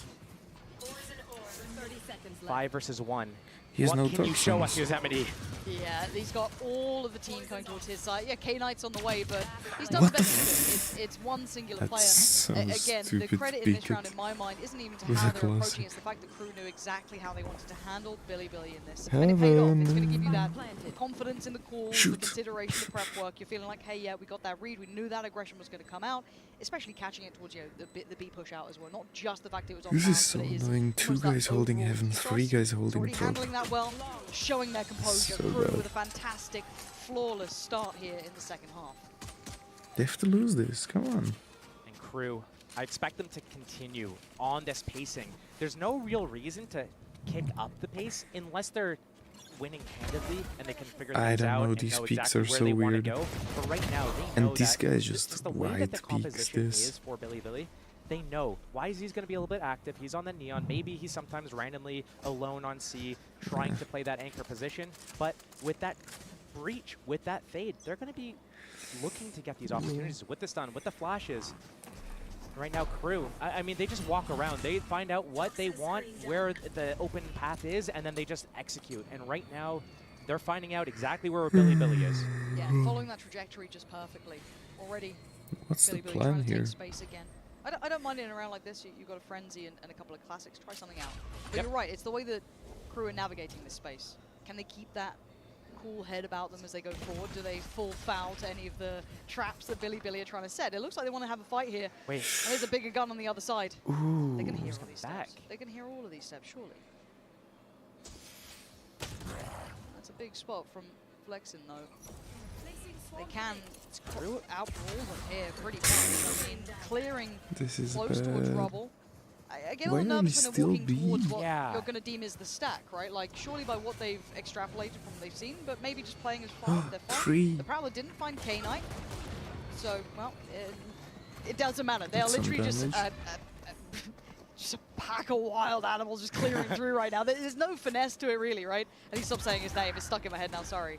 Big fan, but again, it is just one of those things that it's just a bulldozer approach, right? 5 of us aren't going to probably lose to a Timing. couple of classics, so let's just clear through. Not much else to say in this No. round, as it's going to get slowly closed out. So You. kind of while this happens, Bro, just wait, be patient. I just look at how this round played out for Billy and the way that they spread apart. Uh-oh, minus 5k. Not making sure he's dead. Yeah, well, you got to secure it. Yeah, it's true. You can never It's be true. too sure. Yes. Check the pulse, you know, feel for any breathing. Are there any signs of life until they hear that death rattle? But, I mean, right there, perfect example. Billy, they move together as a pack really well, but when they spread apart from being in that pack, we saw it there in that at the end of the round. They should have They're on just eco. They have stayed. 1 and A, and they're spreading out. One's pushing B, another guy's rotating back waterfall to C, another one's going through heaven. Like, they're all just getting as far away from each other as possible. It's like they have booties or something. Like, come on, let's do something together. Okay, well, this is the big opportunity, right? We're into the bonus, which is going to be very healthy for Crew. And we're Okay. getting the buy for Billy. And look at the damage on K-Knight early on. And Outlaw. yeah. Yeah, well, there's still light armor as well on YZ, so that could do some serious damage going into this. Is YZ Push going to through, disrespect this and just YZ, push yes. through? Yes. He's Yes. definitely toying with it. I mean, Do at it. worst, going to sit in the smoke and wait for it to fade, it looked like. But he is backing away. But he's already kind of loosened Nice up the read on rotation the as well. hit. So K-Knight going to be starting taking that rotate towards B. For Crew, they'd have to at least re-clear Mound with some It's gonna sort be of so sound hard. to Look it. at So these maybe a guns. fair shout for them. Full 3 Puts a lot on Vandals, Flexin. Guardian. Puts a lot on Neff. This is where the protocols come into Has to action hit. for Billy. Mm. Once I get this info, how do you play this? Neff backs off. He knows he doesn't want to do this alone. But where do you go? That's the question, isn't it? They cleared over towards B. There should be no lurk unless they're a little bit too deep on the Prowler, but you'll assume that that's clear. K-Knight taking the long route around towards A as well. There isn't 30 seconds though. instantaneous They have to go somewhere. chances here for Crew to try and punish. Flexin is going to be challenged, no. and the paranoia, That's there's bad. problems. Flexin, can he play his life? Can he at least outlive the paranoia blind? Yeah, it looks like he can. This isn't bad. 20 seconds now. Crew are going to be running that clock low. Done, ready from the K-Knight? I'm hoping so. I'm hoping this is going to work out here, but Crew already trying to secure the site itself, but they didn't expect Flexin. Still clearing Crew. Gets 2 to his name and holds down on the site. Isolated the players further back. Heat called upon, does well with one. And Heat in unison. Somehow outdoing them here. I thought Billy got everything right. And K-Knight they have sadly no wanting to smoke. all That's that the damage problem. early on. The And one who he's suffered speaking. from that Outlaw can't handle them all. Crew righting the ship at the end there. A valiant bad. attempt from Flexing, but couldn't do enough beyond that. It was a good start, but he needed that support. He needed his teammates there a little bit quicker, and Billy just so slow to rotate there. K-Knight, yeah, he's in a position where he can get a stun off across the map, but really it's Flexing. It's Flexing. He's just there by himself. Yosemite was kind of How nearby, do you not but get it's not him? enough. And Crew, they're just going to walk in and take whatever openings they're given. Right there, that's a big one. Nightfall up. Oh. Okay. Nightfall up. Outlaw still out. And Crew, I think this is... They're just going to run away with so many rounds here. An open C site. And they're eyeing it up. This is where it starts tilting. Yeah. This is when the scales start tipping a little heavier. You kind of highlighted, and I think rightly so, was 7 enough? With the rounds that Billy got in that first half, enough, because a lot of their issues present on the defending side. They're very strong on their attack. This is when it becomes an issue. Crew looking like they're coming in very well prepared here. But still, this is still early enough. I'll give them one more go at it. But then, as you said, it's starting to get a little out of their grip here. pushing Good this. loss. Shy, we don't give rifles over, do we? Are we going to start messing this one up, Crew? Because you had control, and now the chaos starting to reappear. Already question marks on the side. You're going to see the Nightfall now invested to try and secure this, because that one mistake, that one little bit of an error, that overstep could cost them dearly. As it stands, though, no one there to capitalize on this. Mel's are going to secure on towards K-Knight, leaving just the 4 remaining for Billy. Just wait, I guess. Kesnet keeping control. Yeah, this is much better. There we go, calling themselves back in line. No more of that silliness, making sure that rifle goes nowhere. Well, you know, you can't get 3 flawless rounds. True, you know? true. At some point, someone's going to go down, and then it's not going to be as clean. Yeah. But it is worrying if I'm on the side of Billy. Here comes a timeout. This is something that they need to call, because there needs to be some sort of adaptation. I think on their attack side, they found it out really, not really early, but they did discover, hey, when we do these fast openings, that's when things don't really go the way we plan it. Let's slow it down, let's find the openings, and then let's make sure that we make the best plan and decision possible. And right now, Billy, they're so spread apart. They're not doing any really team fights except for round 2. They kind of moved together with that breach stun. But every other round so far, it's been YZ up taking point, and maybe one player supporting him. It's usually been K-Knight on breach there towards C. Oh boy. I mean, seeing the scoreline, he's probably okay. He's probably okay right now. Okay, we're just he's fine right. Utility. Bro, George, I didn't mean it like that. George, okay, no, it's okay. That's the kind of... No, it's okay. Say what you gotta say, bro. Put that, put a full stop on it, and then hope that it happens. Because this team has such potential. No. Fuck is that, We've all Haku? seen it. Yeah. I mean, the sign kind of alluding to it, but it's true. There is some real danger to this squad. Learning to Don't worry, dude. when it comes to their teams. But it almost feels neglectful to not highlight there is a drastic drop. It's not all good. On the attacking side, Chad, he's tweaking. He's tweaking because he can't go live. But where's the rest? Where's that? Find me a little bit of that. You find that consistency, brilliant. For now, it looks like we're back to trying to get one. It's there, that high potential. Oh, and then the side switch happens, you go, this is so where's the rest? behind. Where's that? Find me a little bit of that. You find that consistency, brilliant. For now, it looks like we're back to trying to get YZ pushed up towards Mound. Yosemite gonna get Are they at least shoulders streaming in. or They're what? very aware that they might be trying to they're insert not. a player. They're spamming Okay. towards the box, looking for all of these potential spots they could have tried to push a player up towards. I think this is what Crew does really well, though. They do that slow opening. Cool, you spotted us. We're going to reset here, get that alarm. 112. As they kind of understand YZ's probably out of this mound area. This is stun, probably ready. Here comes the clearing on A. Wait, there's no one on A. Do we want to go back there now? That's what they're doing. They realize what the setup is. Crew trying to go back to A. Is Billy going to realize what's going on here? YZ still has this mound space. No one's attacking him right now. Can the rotation come to A site before Crew hits it? Ooh. Two players. They're taking so Walked up risks. towards B, though. This might be a fake towards A to hit B. But there's still going to be at least one in the way, right? Neff's still going to be here. If It's a crunch through pivot. blue door or a pivot through towards A, he's still going to have a chance. Oh, dear. He takes out Overwhelmed, the his paranoia, youth, yeah. perfect. Everything sent towards him. Neff couldn't even see it coming at that point. And now the red carpet's rolled out towards B until then. YZ going to catch him in the heels. Speed up a little bit, take another fight, but there's no one else to swing off this. It's an isolated fight. He needs the help of everyone else, but K-Knight falls as soon as he swings. Billy now, individual fights for 13 seconds. This is getting a little ridiculous. The plant is going to be in, but can they secure this? Mel's positioning should have at least given them Yosemite, but Heat's done that for him. And with Flexin, I mean, yeah, how are you meant to try and help out YZ in that? Send through a paranoia and hope? It's not going to happen here. And Crew again showing dominance, asserting that. Couple of ults very nearby. Where's Kesnit the almost Billy has I his. know? Mel's a one away. What? MTA not a mark. If you're winning and you're playing bad, it's not that bad. Slow approach, find the lane of then least maybe like resistance, you're having and impact take here and whatever there. is Bro, given to them. YouTube is so Billy much further ahead. just kind of just runs at them and just brute forces But if you're through. losing and But you're we're playing seeing bad, what's and happening well, on the for me, I defense felt like side it was here. my fault. Crew, not the greatest defense side, So I but feel still a like little bit more polished. I'll be pissed as 5 fuck. rounds without pistol, that's no Aw, joke, 3 and right? So 12. Billy probably wanted a Oh. little bit more of a buffer going into defense side here. Because Yeah. Okay. not the greatest I don't know why defense I'm side, bullying. but I still a actually little bit feel more bad. polished. No, no, 5 no, rounds 27 without pistol, already. that's no joke, No, no, right? no. So and Billy probably wanted a little bit more of a buffer going into this. Because right now, 17. I don't see a stop to this. If Billy doesn't do something drastically different in their approach on their defense here, and it's not Wait. likely because you would see that already. Yes, it So wouldn't have been a last-minute YouTube is attempt. You'd exactly have seen maybe further stepping ahead. towards that in the last couple of rounds. Those See? swing rounds we were talking YouTube is about. better. And now we're going to start seeing the economy taking a real I'm just beating. gonna leave Judge, their Stinger, streaming in the Sheriff, background. Frenzy. It's far from And watch perfect. YouTube. YZ maybe trying to just do something individual here. That's a Okay, start. that's a start. That's a whole lot of players around the corner, He but he took can't quite 4 get there in time. bullets. MTA taking his time to fall, but he's going to at least shut this area off, right? Like no one else is going to try and come through that, at least for a second or two. What is happening?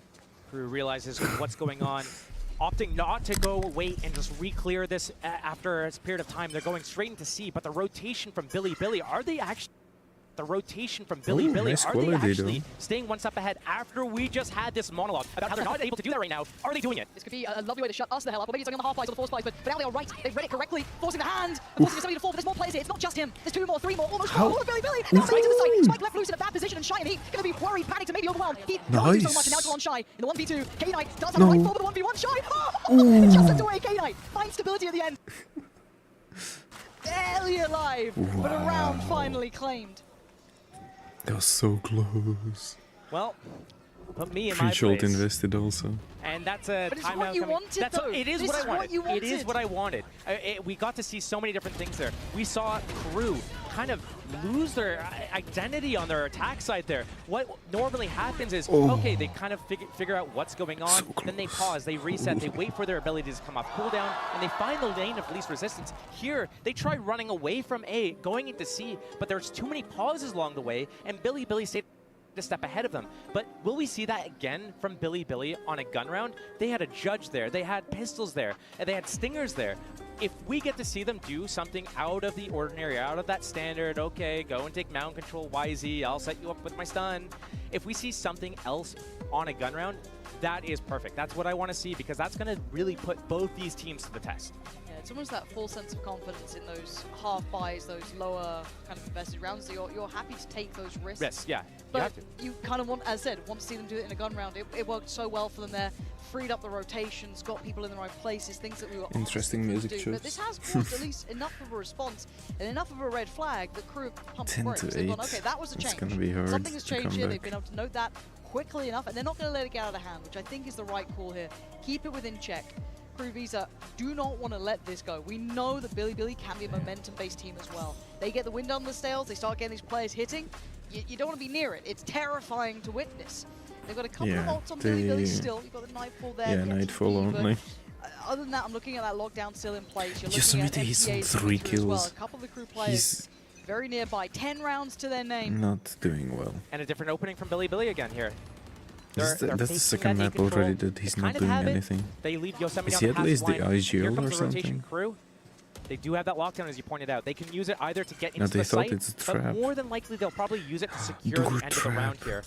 Getting into the site isn't their concern, but YZ Are they ready? Ready to open the door, stun ready. Stuns out, guns out. Stun them. Do they go for this? This could condemn them to death. Shy getting a little curious. You heard what happened to the cat already. There's the problem. It's a 1-1 trade out. What are you looking at, Nev? What is this? And he's still controlling this whole area. It looked like a And now disjointed, he has ult. Nice. I guess, GG. attempt. I don't know what happened there. Like, 2 of them went for it. It wasn't fully set up. Maybe that investment from Shy, maybe him instigating it. Yeah. Made things go wrong, and you're right. There's the lockdown on top. Insult to injury. The site will be theirs. It's a matter of time now until they roll out the red carpet. But it pulls out the rotation. We already have an Omen here, but Breach and... Oh, that's the opening. Okay. 3-on-3. Wait, how? Kesnet going down there is wild.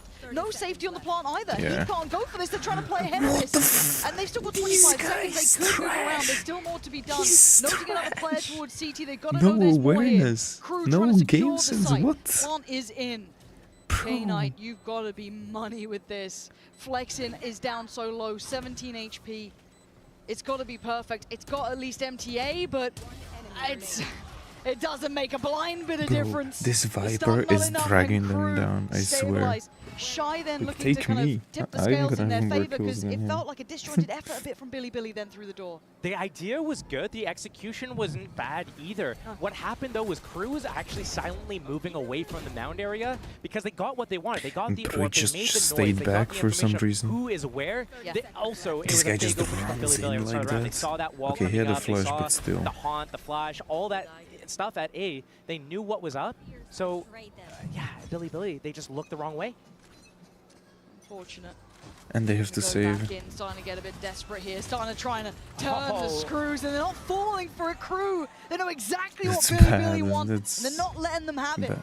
All these fights falling short. They were sheriffs, they were, you know, a dire attempt, a desperate attempt to deny 12, but Crew taking another critical step. K-Knight's here, not one of the players with the sheriff. Yeah, man. All good, guys, all good. Okay, nice. It's Good going to job. be round 12 secured, most likely for Crew. Securing that overtime, potentially with a, what is this, the 4th flawless round that they would have in this half. Just a testament to, you know, Bro, Crew's if not this doing a bad Viper job. They're doesn't playing get a their kill attack soon, side I'm gonna kind of be like how they normally mad. do. Yeah. Finding those openings, but Bilibili. Yeah, exactly. Shoot him more. He's fucking dog shit. Yeah, this is... Please shoot him more. Again, I do want to give a lot of credit here towards Crew because they have played this out well. They suffer from similar issues as Bilibili when it comes to this, and they've been able to kind of navigate it in a very diligent way. A flawless round here, and that big round now ahead. Sliggy, I hope you got the little pen ready. How many chances do they have? That is the question, because this is now kind of back to the wall stuff. We can't even write on the screen. They've taken away our pen, so we need the streamers to step up. I'm a little bit sad about that. There's been multiple times where I've reached out, I'm like, oh. I can't even press it. Yeah. No circles, no zooming, no fire. These two got 4 and 3 kills in the whole. No, but still, nah, Bilibili, bro, this is the 3 time. and If you 15 want to is have a go on this map, crazy. this isn't your choice. This isn't Crew their is pick. much It was more Icebox, stable. but Look if you at want to this have a go, guy. this is the last chance to dance to them, at least here and now. Crew have come out with the answers. They have money for the looked rest ready, of the they looked game. composed, they had a clear-cut approach in mind, and it's worked. But for now, they're walking towards B. They've got everything. They're somehow reading They're it. being watched, and you got a 3v3 basically on that B site for now. This could be really good for Bilibili here. They changed their opening, silently getting YZ up into that A lobby. They didn't use any utility, basically, just a one-way smoke on the Omen that they keep refreshing here. They're going back A. And it opens up all the support players with that global utility, the breach stun, the flashes. This has not been the first time he's been here, though. Yeah. YZ has We played had this position 10s before, last and he's not round, going to get last played in game. this time either. He's got the judge. He doesn't have to move. They're drifting away from that. They don't like what they're seeing. So you've got two players, Flexin and Yosemite. So only Flexin because Yosemite doesn't do shit. And I don't know where they go. I don't know what you do. Flexin He's looking kind of dead. screwed here, barely alive. He's got utility left, right, and center trying to stall them out. Flank, again, it's with a judge, so it doesn't have the same value here. What a Adjust from smoke! Flexin though. Calm under all that chaos, still gonna find Melzer. A counter That smoke now. saved his Look ass. who's here. Oh, Wow. that could have been everything. Why is he flying in? No audio cues to be That was heard cool. because of that Nightfall, but still, they keep a man to the good. Kesnit Shire and MTA now trailing this in numbers, and corner. K-Knight, he can tuck into the Cheeky. corner. They're not gonna check in, the reward is Nice. there. They stay alive Huge for another. adjustment. Not done Yes, yet. shoot them. Shoot them. I love it. I love it. These rounds are so, you just never can really know. You kind of know a little bit what's going on. Okay, here comes the execute, here comes the Nightfall, but you don't know what the end was result of it is going to huge. be. He It's dodged not as that clean as reveal. clear cut as you think it would be once you see all the pieces in place, but you don't know which direction it's going to go. Flying. Holy. That's twice in one round where Billy had players kind of go, and after you clear the corner out, they sneak back in.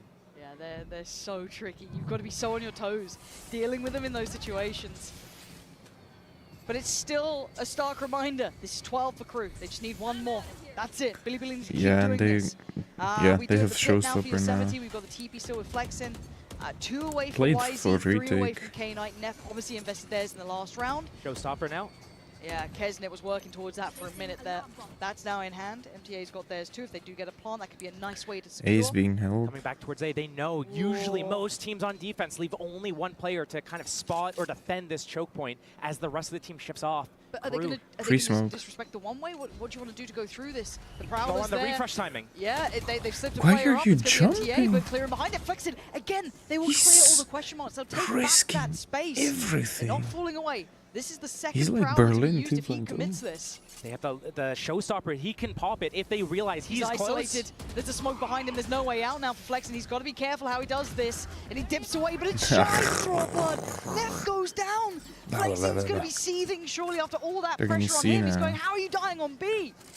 The rotation I back don't to know C and what open was his- sight, what but his the plan retake was wall, very here. different than what we normally see. It's going to force the crew players into the site. They're going to hear all of this as well. Yosemite going to be relaying this information. They can't do much about it. TP going to come in, so they can at least get a quick rotation through. Viper's pit. And there it is. Surely MTA going to pop this.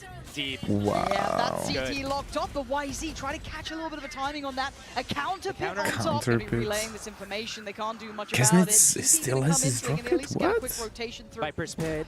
And there it is. Surely MTA going to pop this. Deep. Wait, Yeah, what that's just CT locked off, but happened? YZ try to catch a little bit of a timing on that. A counter pit counter. on top. What? Freaks on him, but the shorty waiting. Do they have much more to clear with? I'm seeing at least a one with heat, but not much more. YZ head first, dives in, trying to be outrageous in approach, out of birds and out of chances. Yosemite takes down here, now 3v3. Wow, So he mid got a has gone, fourth gonna do kill. a couple of steps with his crew, giving numbers, dropping bodies. K-Knight falls, it's crew with map 1, 13-9. They make it through the chaos. They kept their composure, Josh, and that got dangerous. Considering that was crew's map pick and we saw Billy's form on it earlier this week against Fnatic. That was a really fun map to watch. Both teams back and forth constantly. You really couldn't predict what was going to happen next. No, what a great game and what a great first map. We have Icebox on the horizon. Saw Billy's form on it earlier this week against Fnatic. That was a really fun map to watch. Both teams back and forth constantly. You really couldn't predict what was going to happen next. No, what a great game and what a great first map. We have Icebox on the horizon and of course the analyst desk, so don't go anywhere.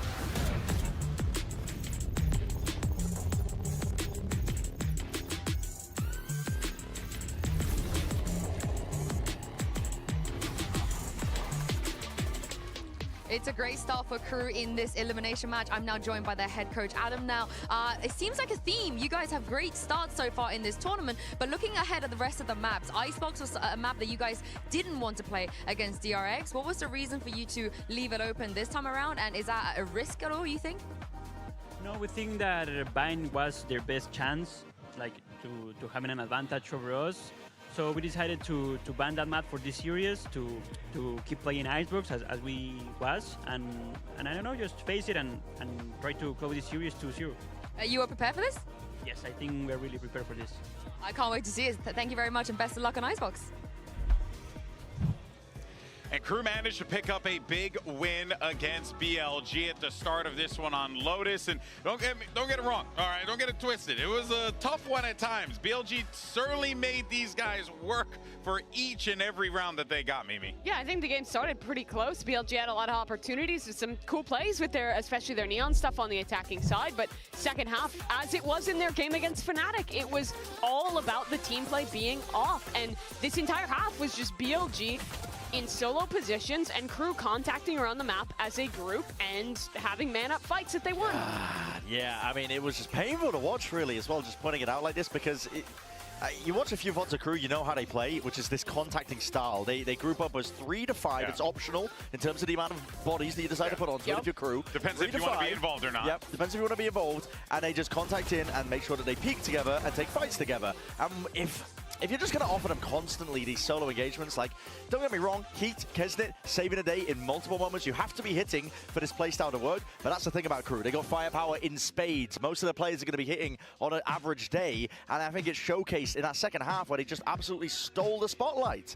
Absolutely. I think the biggest thing BLG needs is to just slow things down on their defensive sides. Take that time to group back up and play a little bit more structured. They were a little too far ahead sometimes. Absolutely. Sticking way too long around, especially in like some of those earlier fights. And don't get me wrong, BLG has good individuals. We saw that with players like YZ, but I still think they got gapped, not only by the strong individuals from Crew, players like Shy having an incredible map there, but overall it was just a complete team play diff, I think, for Crew to go up a series. A map in the series here. Yeah, you know, if it works for them, right? The contacting around the map, looking to take those fights here and there, right? It's very strong against teams that lie like fully in individualism, I think. Yeah. Just trying to swing for a smoke, try and take a fight. Don't get me wrong, like as well. YZ, there was elements of him trying to be set up by somebody util because they're running that initiator comp on that first map. Yeah. You know, you saw some fault lines and he's peeking, he's gliding, whatever, just trying to get the picks. But I think Crew's playstyle will rip apart teams that opt into fights all the time if they're not ready to really just back it up with even more utility, with even more bodies, which we didn't really see evidence of.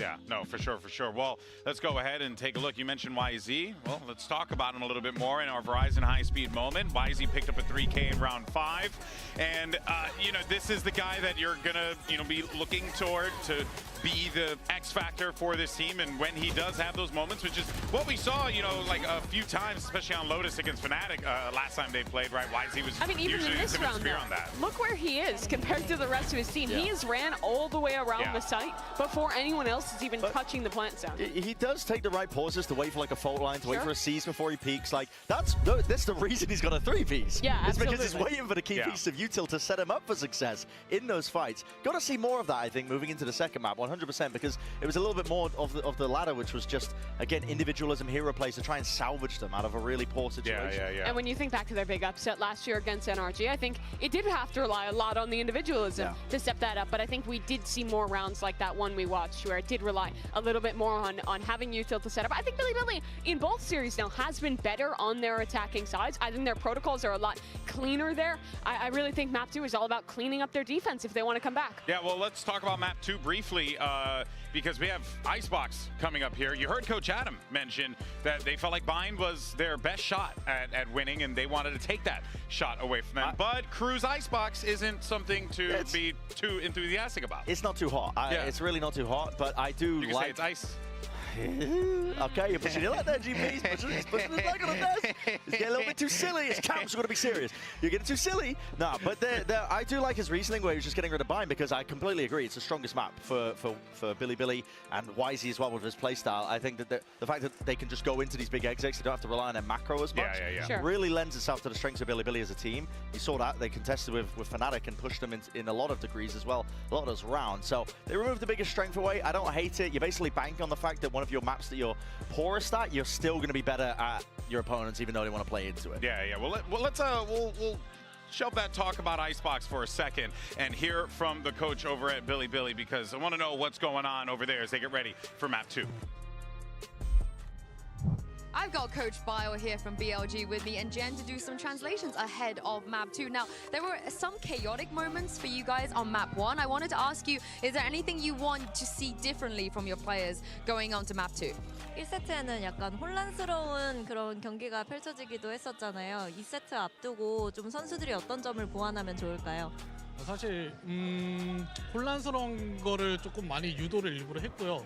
저희가 약간 이제 흔히 말하는 이제 개싸움 그런 거를 조금 자신 있어 해서 그거를 좀 많이 중점적으로 연습을 했었는데, 어쨌든 세세한 콜에서 조금 스킬 타이밍이 좀 안 맞는 게 좀 있었다라든가 아니면 이제 샷미스가 조금 많이 나오다 보니까 로터스를 좀 주게 됐는데, 2세트는 아무래도 저희가 고른 아이스박스니까 저희끼리 준비한 것만 사실 잘하면 문제는 없을 것 같아요. 선수들이 뭐 긴장하거나 뭐 그런 건 딱히 없어서 컨디션이 가장 중요할 것 같습니다. Well, they actually wanted it to be chaotic. That's how we wanted the Lotus to go.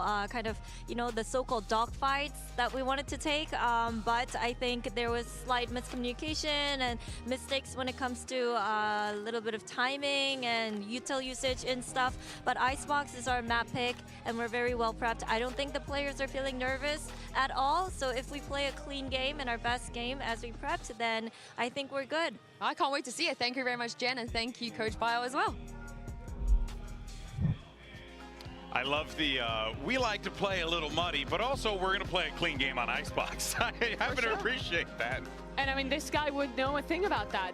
Coach Bio, not Chinese, he's Korean, and he's a legend in the Korean esports scene. One of those original members in CS back in the day, making waves for Korean esports. They're now trying to bring that same success for Bilibili here in Korea. We see their comp, it's pretty much similar to what people were playing as the standard last year, but with a solo KO instead of Sova, which really giving up that drone, I feel like, is a big loss. Yeah, it's bizarre. I think you're kind of missing, I think, a big op clearance as well. You have to be really diligent in terms of jump peaks. And against Kesnet, and Kesnet too. is on the jet now. He switched that back. He was playing Arena before, I believe, off the top of my head. He was. And he's going to be leaning into the op as well as part of the defensive protocols. They're starting on the defensive half. I'm going to be paying big attention to that. I think the Bilibili might get eviscerated. It depends. I mean, if Crew can get the ball rolling with a pistol round win, get the economy flowing, maybe that's a big factor to look forward to. I think that is the biggest danger. If Bilibili's going to find success, I think it has to come off of following up this KO, trying to find some cleaner pop flash plays to get YZ success. But I think it's going to be tough. Crew's looking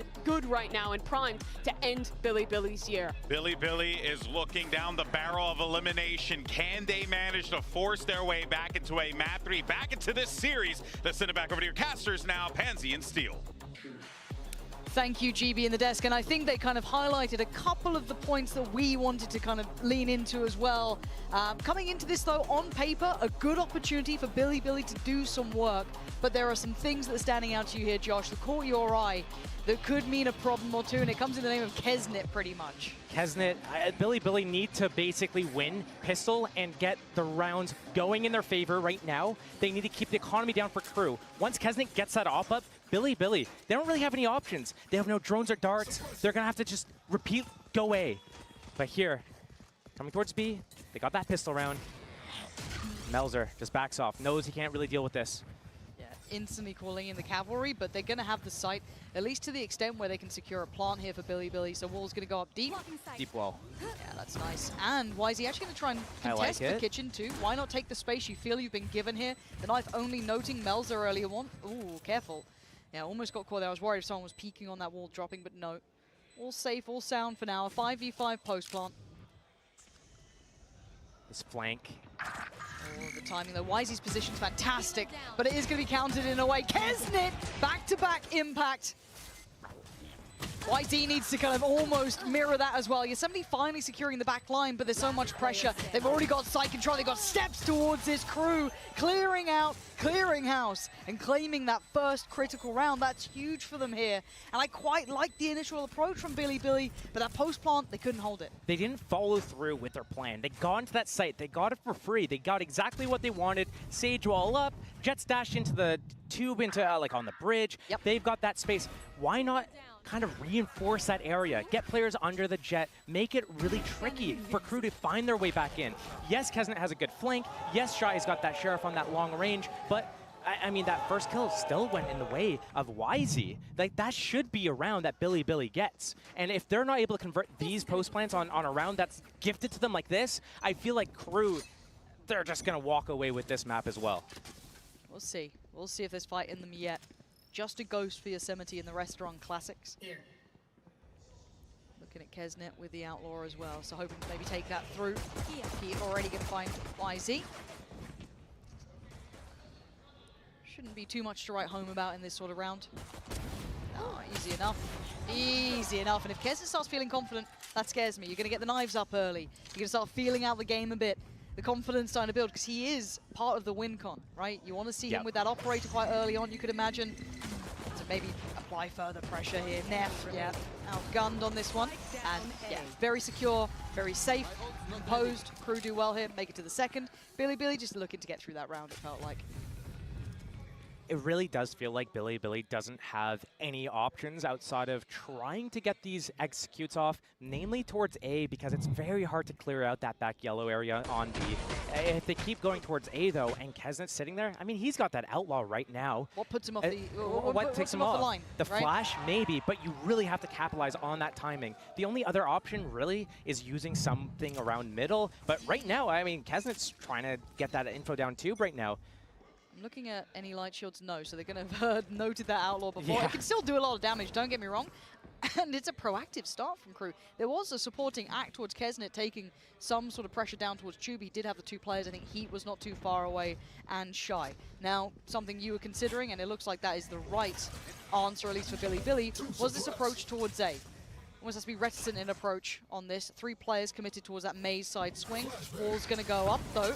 And YZ, head first for Halos. I don't know what the plan was. Maybe hoping he'd be able to get towards the back line, get some pressure, but it's swatted away. What felt like almost too easily. And the pressure on the site for K9, they're going to have to fall away for a second, get himself healed up, go for the high plant towards Nest. That is going to go in. No spam on that one. And they can start shifting back into the post plant. K9 going to take a body with him, though. That Shy gone down. Big impact, and it's tricky to make these guns work. You have Guardians here. Stingers, 1 upgrade for MTA, and Kesnet does have the Vandal as well, so they've got a little bit of something. No smokes for 8 seconds. There's the pressure as well towards the plant. Kesnet, we're going to take down Neff, though. There comes at least... Oh, deflected. It bounced off for crew now. Nothing stopping them. Oh, right under their noses. The defuse is there. Billy going to be kicking themselves for that. Yeah, that's tough. Because Billy, they got in. Yeah, YZ goes down early. I think that flash from the KO is supposed to deal with that player there, but perfectly positioned. Yeah, perfectly positioned, I think, under the rafter. Under the rafters. The flash might have popped a little bit too high. Maybe we and catch then that. Let's see. Oh, it went over the wall. Just over the wall. Oh. Otherwise, full blind opening for Billy. And it's these post plants that they're not able to convert that well. Crew doing a really good job again here on the retake, though. Smiling and laughing about it. Yeah. Wingman just stuck it. No contest. Wow. Okay. And YZ, there's no stopping this, but it's individual. It's disconnected, and it finds him nothing. That's, again, this plays very heavily towards crew every time this sort of scenario happens. Still with the Outlaw coming in. Light armor on Neff, light armor on Yosemite. Billy, rinse, repeat. Back towards this site, a different plant here, safer, securer. And they do at least have, actually, speaking about it, not that much util for the post plant this time around, so they can't play it the same way. They're also down a man. Looking to get that opening. Dizzy going through, doesn't find what they wanted, but Heat's going to kind of backfill the space. You thought that was his every day.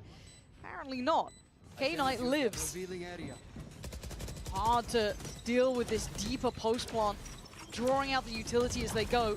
And Shy already clearing out Yosemite. Another tap on the spike should draw another player forward. It's going to be Neff this time to challenge, and good trades. Crew keeping this at least competitive. MTA! And they've got time on this one. Crew dealing with this. I've got to say, I want an early timeout for Bilibili here. These post plants, those deeper holds are not working, Josh. They're getting the site, they're getting the plant, but beyond that, they're not able to hold it. I'm not trying to be cringe. It just comes naturally. But Crew's really bringing the heat right now here. Again, another opening kill for him. And yeah, I mean, a timeout would be nice, but I don't know how much of it will solve what Bilibili's actual issues are. Because they're getting onto the sites, they're getting the spike planted. That hasn't been the issue. They've got it clean on pistol round, they got it a couple times down on A as well without really that much issue. The problem is converting the late round. They're out of abilities and they're falling back, and here, they just get the fuse under their noses, basically. Wingman on round 3, and then here it's just, they got to get some kills. Yeah, it sounds so simple when you say it that way. Just kill. But now we have the added issue, the one that we were talking about, the desk was alluding to, the operator with Kesnit. That in hand, it controls, it commands so much respect. A similar exec that we saw before. No one playing ahead. Kesnit not going to be sat down towards the lower side of rafters. A similar plant going to be coming in, I can imagine. No spam on this. And it's Shy, finds flexing, and already the backline going to be pressured this time by Kesnit on a long flank. Bilibili can't sit deep anymore. They've tried it before and it didn't work out. Hunter's Fury maybe going to clear out here. You're looking at Melza maybe to swing on it. He does. Yosemite gets caught. He goes down. And player by player, they're falling. And the pressure, the issues compounding. K-Knight's gone. This is simplistic work from Crew. They make it look so easy. The slow strangle. Bilibili from all angles. A flawless team ace as well. It's just, you don't really have that many options with this composition if you're Bilibili. Maybe if you split off, do a 4-1 instead of a 5-man hit, you're getting into the site for free. Kesnit hasn't even been opping. Like, it's so easy for Crew right now, and they haven't even been opping. What's going to happen now when the op comes out? Are you going to switch it up and try to go B instead? Well, what options do you have? Again, once that knife lands at yellow, you have nothing else to clear out. Is there someone else? Is there a bait setup? And then again, once you get that plant with that wall down, what is the next action? But they have the res. Maybe they can go somewhere else. Maybe I was kind of, I say maybe hoping to get a lurk on top of this, but it's still going to be, like there are options for Bilibili, but you're already 5-0 down. It feels uncomfortable. You still need to find out where Kesnit is early on, right? You still need to go through that protocol list that gets added in. Maybe you can activate a lurk to pressure on that, on the post plant, maybe, you know, deal with a little bit of something, but it's still not easy. You're banking on them maybe not having utility in the right place. There's still so much for them to work through to deal with Crew here. And they've tried that lurk, actually. They tried inserting up tube early. He put them down in that tube early. Thrash is up now for the defense as well. I do want to see Bilibili utilize this res sometime early on. Right now, Crew's letting them into the site. Hey, nothing's going to happen. But maybe Bilibili starts somewhere, goes for that early fight on that long range, picks up the player with the res, and then once they've diagnosed the setup, they make a plan and go somewhere else. I want to see them use middle a little bit more. It's going to be so tough for them to go actually commit to an ending on B, but it looks like here they're posturing to start there. We wanted to see this. This was the worry. This was the threat. The operator in hand. Right place, right time. How does it fare? Kesnit getting curious. Deep molly at elbow, giving that opening for Kesnit to post on Garage. Careful. No drone to clear him out. This looks like a death sentence if they keep going this way. There's the first shot and the flash. He's forced off the first angle. They can start taking steps. The knife going to be dealt with, though. So they still... Oh, good lovely follow-up flash. That is fantastic from Neff. Finding Kesnit. That's exceptional work from him. High Dizzy going to come out, though. And it looks like they want to fish out on this. This is very early. There's only one player to really work off this, that being Melza. And they can't get any value for it particularly. All in play. We're into a deeper post plant. Kesnit can't disrupt that. Already falling so early on. No flank this time.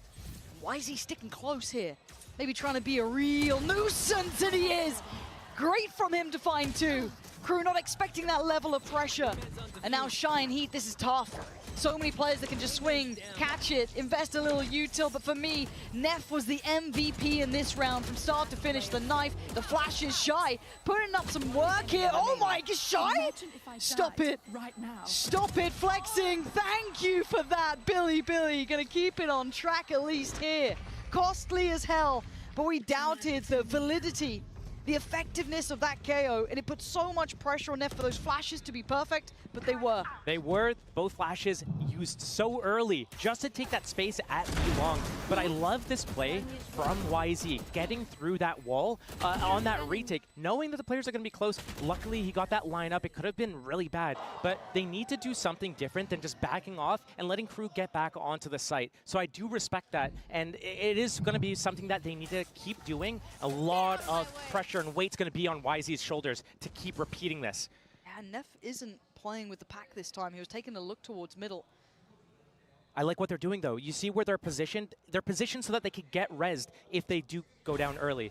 YZ sees nothing, realizes maybe it's an open site, but also realizes maybe the jet op is towards B this round. And there it is, confirmation. At least of where Kesnet resides. And all this space. MTA's got to have no idea. Maybe consider someone's nearby, but it's a gamble, right? You're banking on it being through that maze side rather than towards default. Though. Got to be careful with that barrel, but actually, they've managed to kind of pass by each other. YZ securing a lot of security here. This is good. This is good positioning. If he doesn't get cleared, he could be good for them, but I don't want to jinx it. He's got those Blade Storms out, and it's really... If you miss... Speaking of misses, already Kesnet doing the dance, and he comes out on top of that. 10 from the judges, as YZ has to back away here. Viper's Pit on top makes this difficult. They've secured the back line as well. They've got a lot here. That's the lockdown here. Gonna force the hand to touch. Does it get dealt with? Seems like. It does, just about at the end, so they get to keep their positions, make it harder for Crew to try and clear house. How do they get them out of this Viper's Pit so far with a kill on K-Knight? You can see them considering getting closer. They gotta go now. YZ trying to hold the line, but there's gonna be the defuse starting, and finally taken away. YZ still doing damage. Yosemite falls, and oh, little bro's done the job. Nuts retake there. That was so damn close. So close, but not good enough for Billy. Crew is so good on these retakes, and just when you thought, hey, there's no way. There's no way. But Crew pull it off, and they're consistently pulling this off. Lots of ultimates up now for Billy. It's just, it comes down to these late rounds, and there's no utility left for Billy to really just do anything. And again, it's the second time this wingman's coming clutch on this defuse. That little guy, what a champion of the people. Oh, it's so sad for Billy right now because they use their timeout already. Yeah. They have 3 really big ultimates, but they don't have the economy to follow it up. Oh, Guardians, Ghosts, and Classics. Kesnet on this B line. The rest of the team already stacking towards A. It's going to be 4 versus 5 here. The KO ult maybe gets them into the site, but is that it? Are you going to go for it here? Oh, man. And again, you look at the disconnect between the next player forward, it's individual now. Billy's starting to falter here. And Crew just keeping this in hand, keeping security, keeping safety. It's all on Yosemite. He's got 2. He'd need all 5. And the spike left where it is doesn't make it any easier. 33 HP and 3 players sitting in a very tough position. Hello. See him. No, Spike is there. Glad to see Prius on the free cams. Look at him. Catching the spike. Proud of you. And this pause for thought isn't going to go too far. Left. Again, Yosemite would have to get that spike back, and they're still so cognizant of where it's dropped. And that's position noted now. No one's taking that fight. You may, well, I say that, Kesnet does. Okay, fair play. You're kind of ringing the dinner bell at that point, really, just praying to be put out of your misery. 7-1 here. This was the map you kind of hoped, right? And they're burning both timeouts. Yeah, I mean, you have to. You're going into round 9. You're down 7-1. You have 3 really big ultimates. You've been getting into the site. You've been getting the spike planted. You've been losing on the post plants, namely because you're all falling back. And Crew's doing a really good job. Sometimes they include a flank. Sometimes it's just straight up, okay, we'll go in heavy from spawn. We get the wingman on the spike, force them to peek us. But what can we do to make this a little bit different? Because this is our map pick. Yes, this is our choice. Statistically, one of our better chances. And we're starting attack. Which is meant to be... It's meant to be our stronger side. So if we're going into defense and we're at a round deficit worse than like maybe 4, it's just going to be so hard. So not only do they have to come back, they have to come back at 7-5 almost if they want to have a chance into the second half. So here, second timeout burned, and they need to have a good plan coming out of this. Kesnet still has that up. He's been shifting around, namely starting towards B.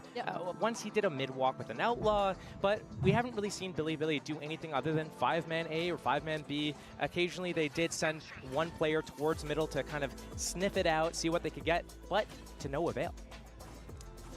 These ults are so impactful.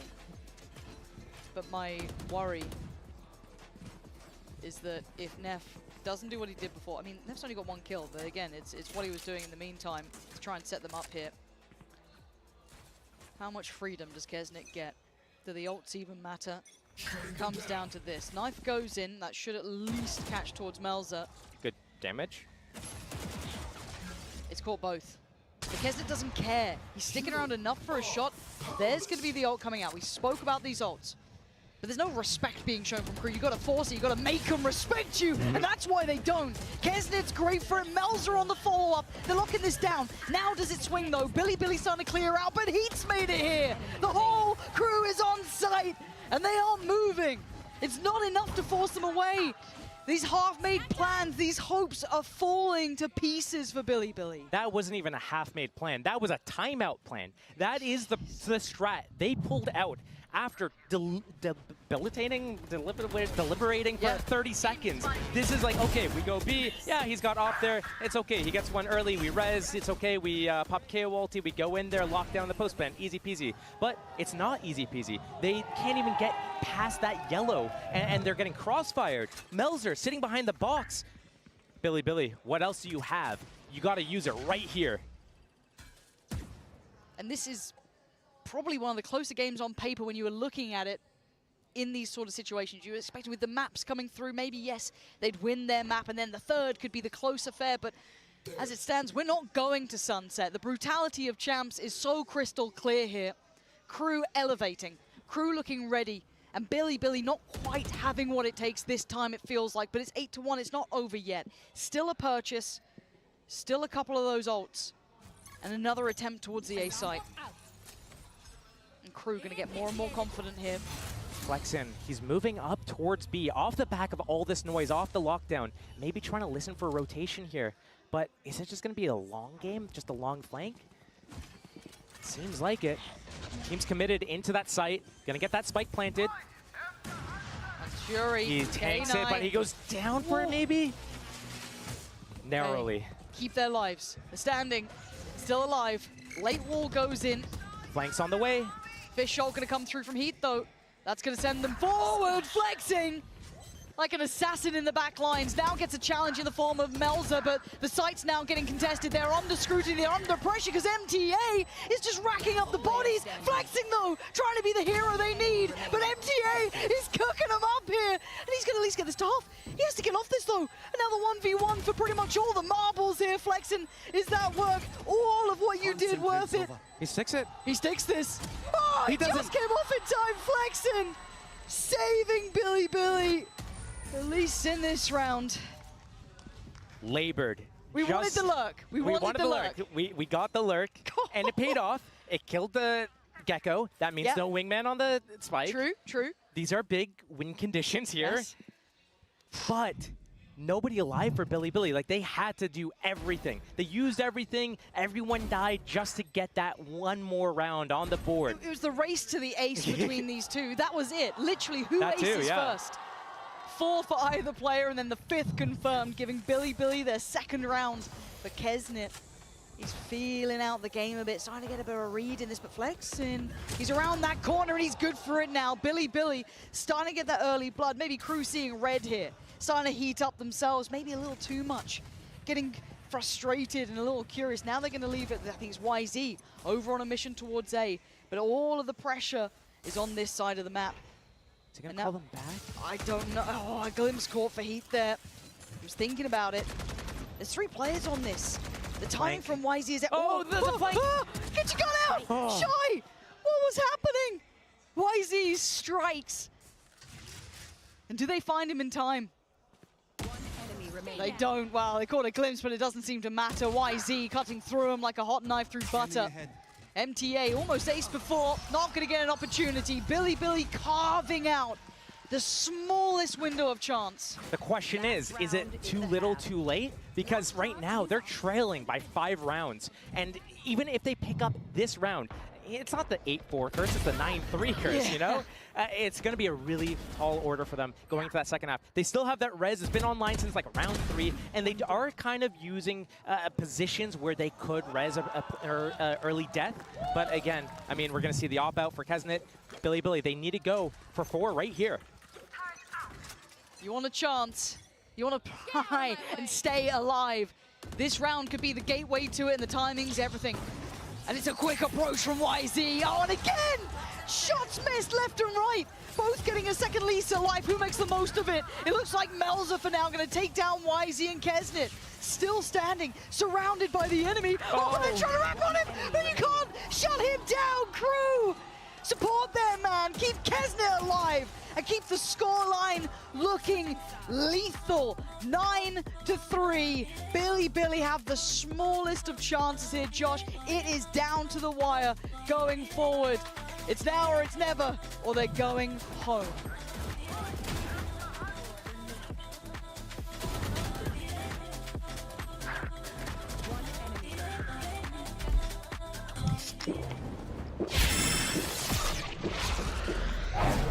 Red Bull gives you wings.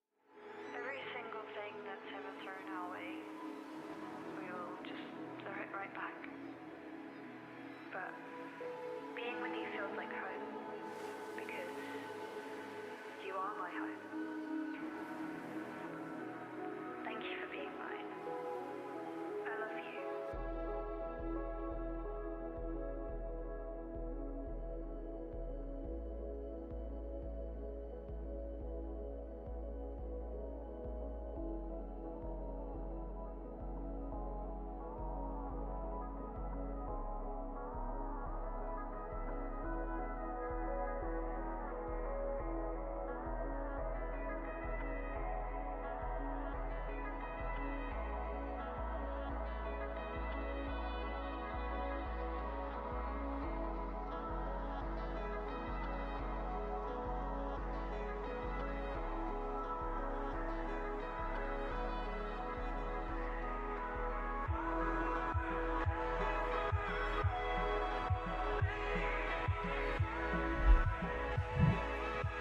9-3 on the half, and yes, we are on Icebox. Yes, this was Billy's pick, but Crew came prepared, Josh. They had everything they needed, and the question then becomes, is 3 rounds enough? And I think a lot of us have a feeling of what the answer is to that, but theory craft with me, what makes the difference? What keeps Billy in this? Is there something you see, or is it literally down to determination and the will to not lose at this point?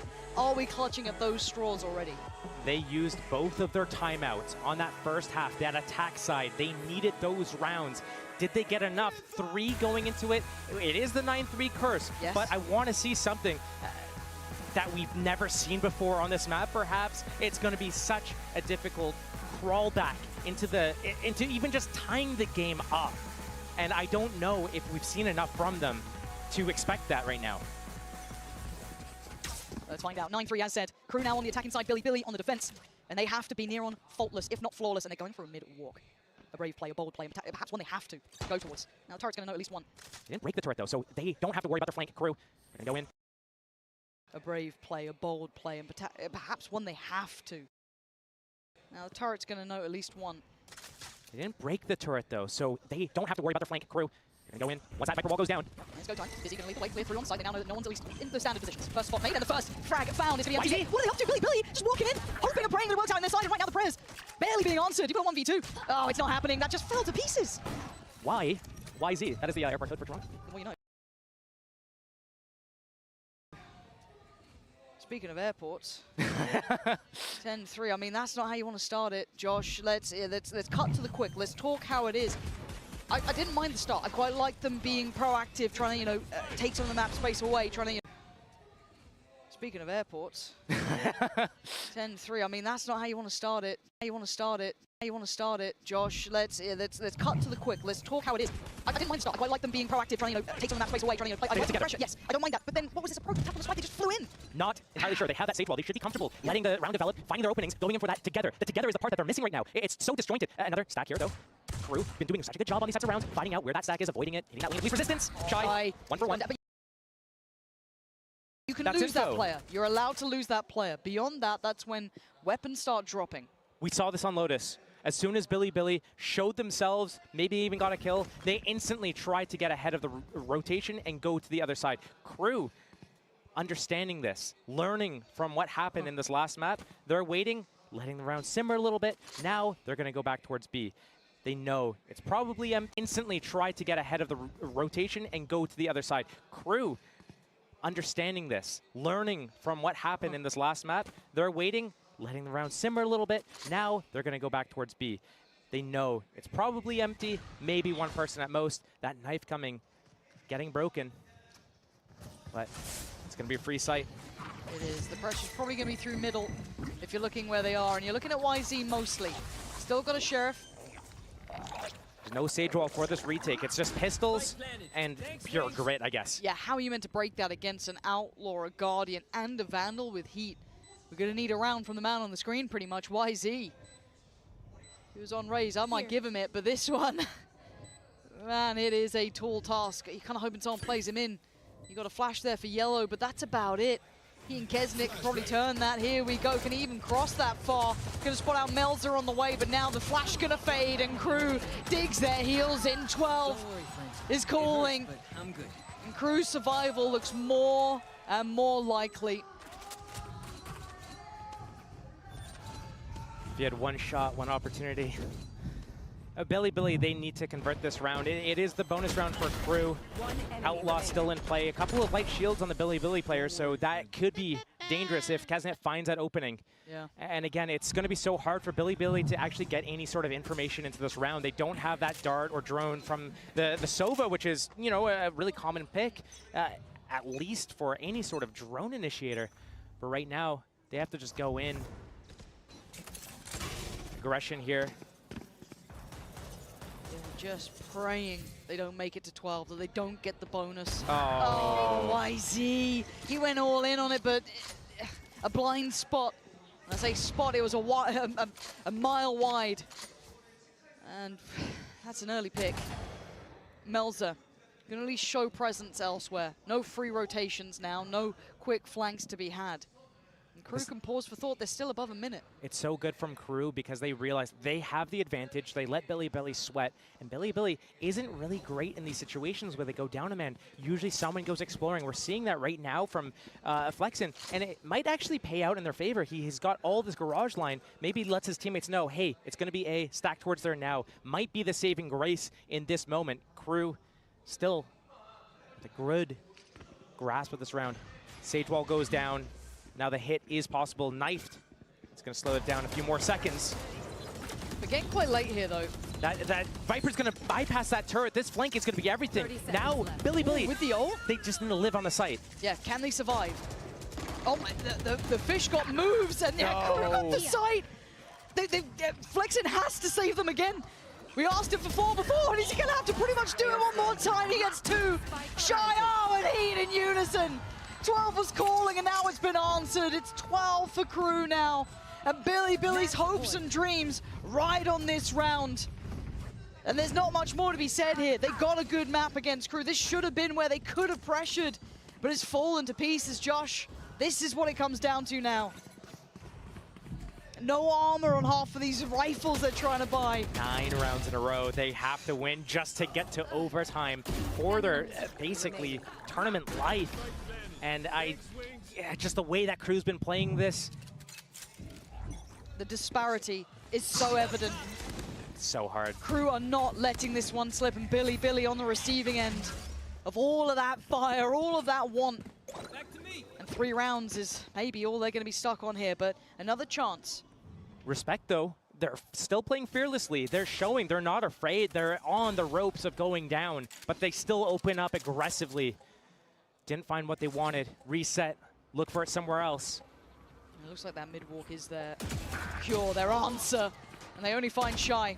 Plenty of players spotted. That's 2 more players noted. YZ and Yosemite both going to be considered here, but he's still going for more. He's still trying. Fearless, as you said, but to a fault. There's still 3 players up against them. K-Knight, Flexen, and Yosemite. Kesnit, Melzer, and Heat. This positioning, though, from Yosemite, he needs that Viper. Flexen needs to be able to bait for him this Gecko Flash. But he still at least has the alarm bot there. And now that gets dealt with. Does he swing on it? He does. Oh no, but the shot doesn't land how he wants it. But Flexing trying to save him. And now all down a Heat with 14 HP. He's got a zoo worth of animals to go through to try and help him out, but still surely not. No, Flexing. Keeping them secure, keeping them safe. Another round. But it is a long road to walk this game back. 8 chances.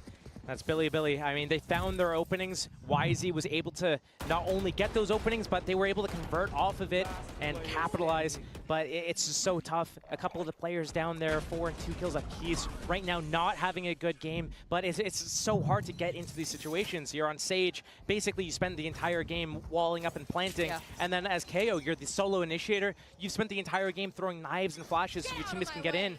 And it just comes down to those post rounds. Yeah, and the worrying thing is Kesnit might just have a round. He spotted out 2 there. He knows where YZ is. He knows where K-Knight was. Or at least a pixel showed. And the swing from YZ, again, they're trying to play each other in here, but it's Heat to punish. Takes down YZ, and they can sit back now. They can pause, Josh. They've got 1 minute 20. They're in no hurry. Pause and make them sweat. Crew, it's their signature move.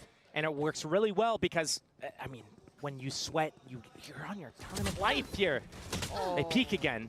Kesnit's got to be careful. Crew just taking their time. They can let this simmer for a second. No need to overdo it just yet. Still 2 knives to play with, but he'll need to Sage wall. Punish. A nice late Sage wall there. It's going to expire. 13 seconds left in the round. The only way through it is over it for now. So the rotation comes back into middle.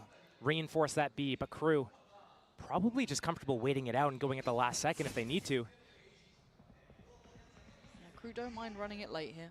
They're not the ones really with the pressure. They've got 12 rounds. They get the luxury. Left. Speaking of luxury, Heat's made it through with a quick attempt towards the side. That's going to be a planning. plant. And they've got to respond accordingly. Already there are issues here. Heat's doing a lot of work already this round. He's got support from Kesnit up top. And he's looking for a fight. Doesn't get what he wants. Neff going to keep hope alive.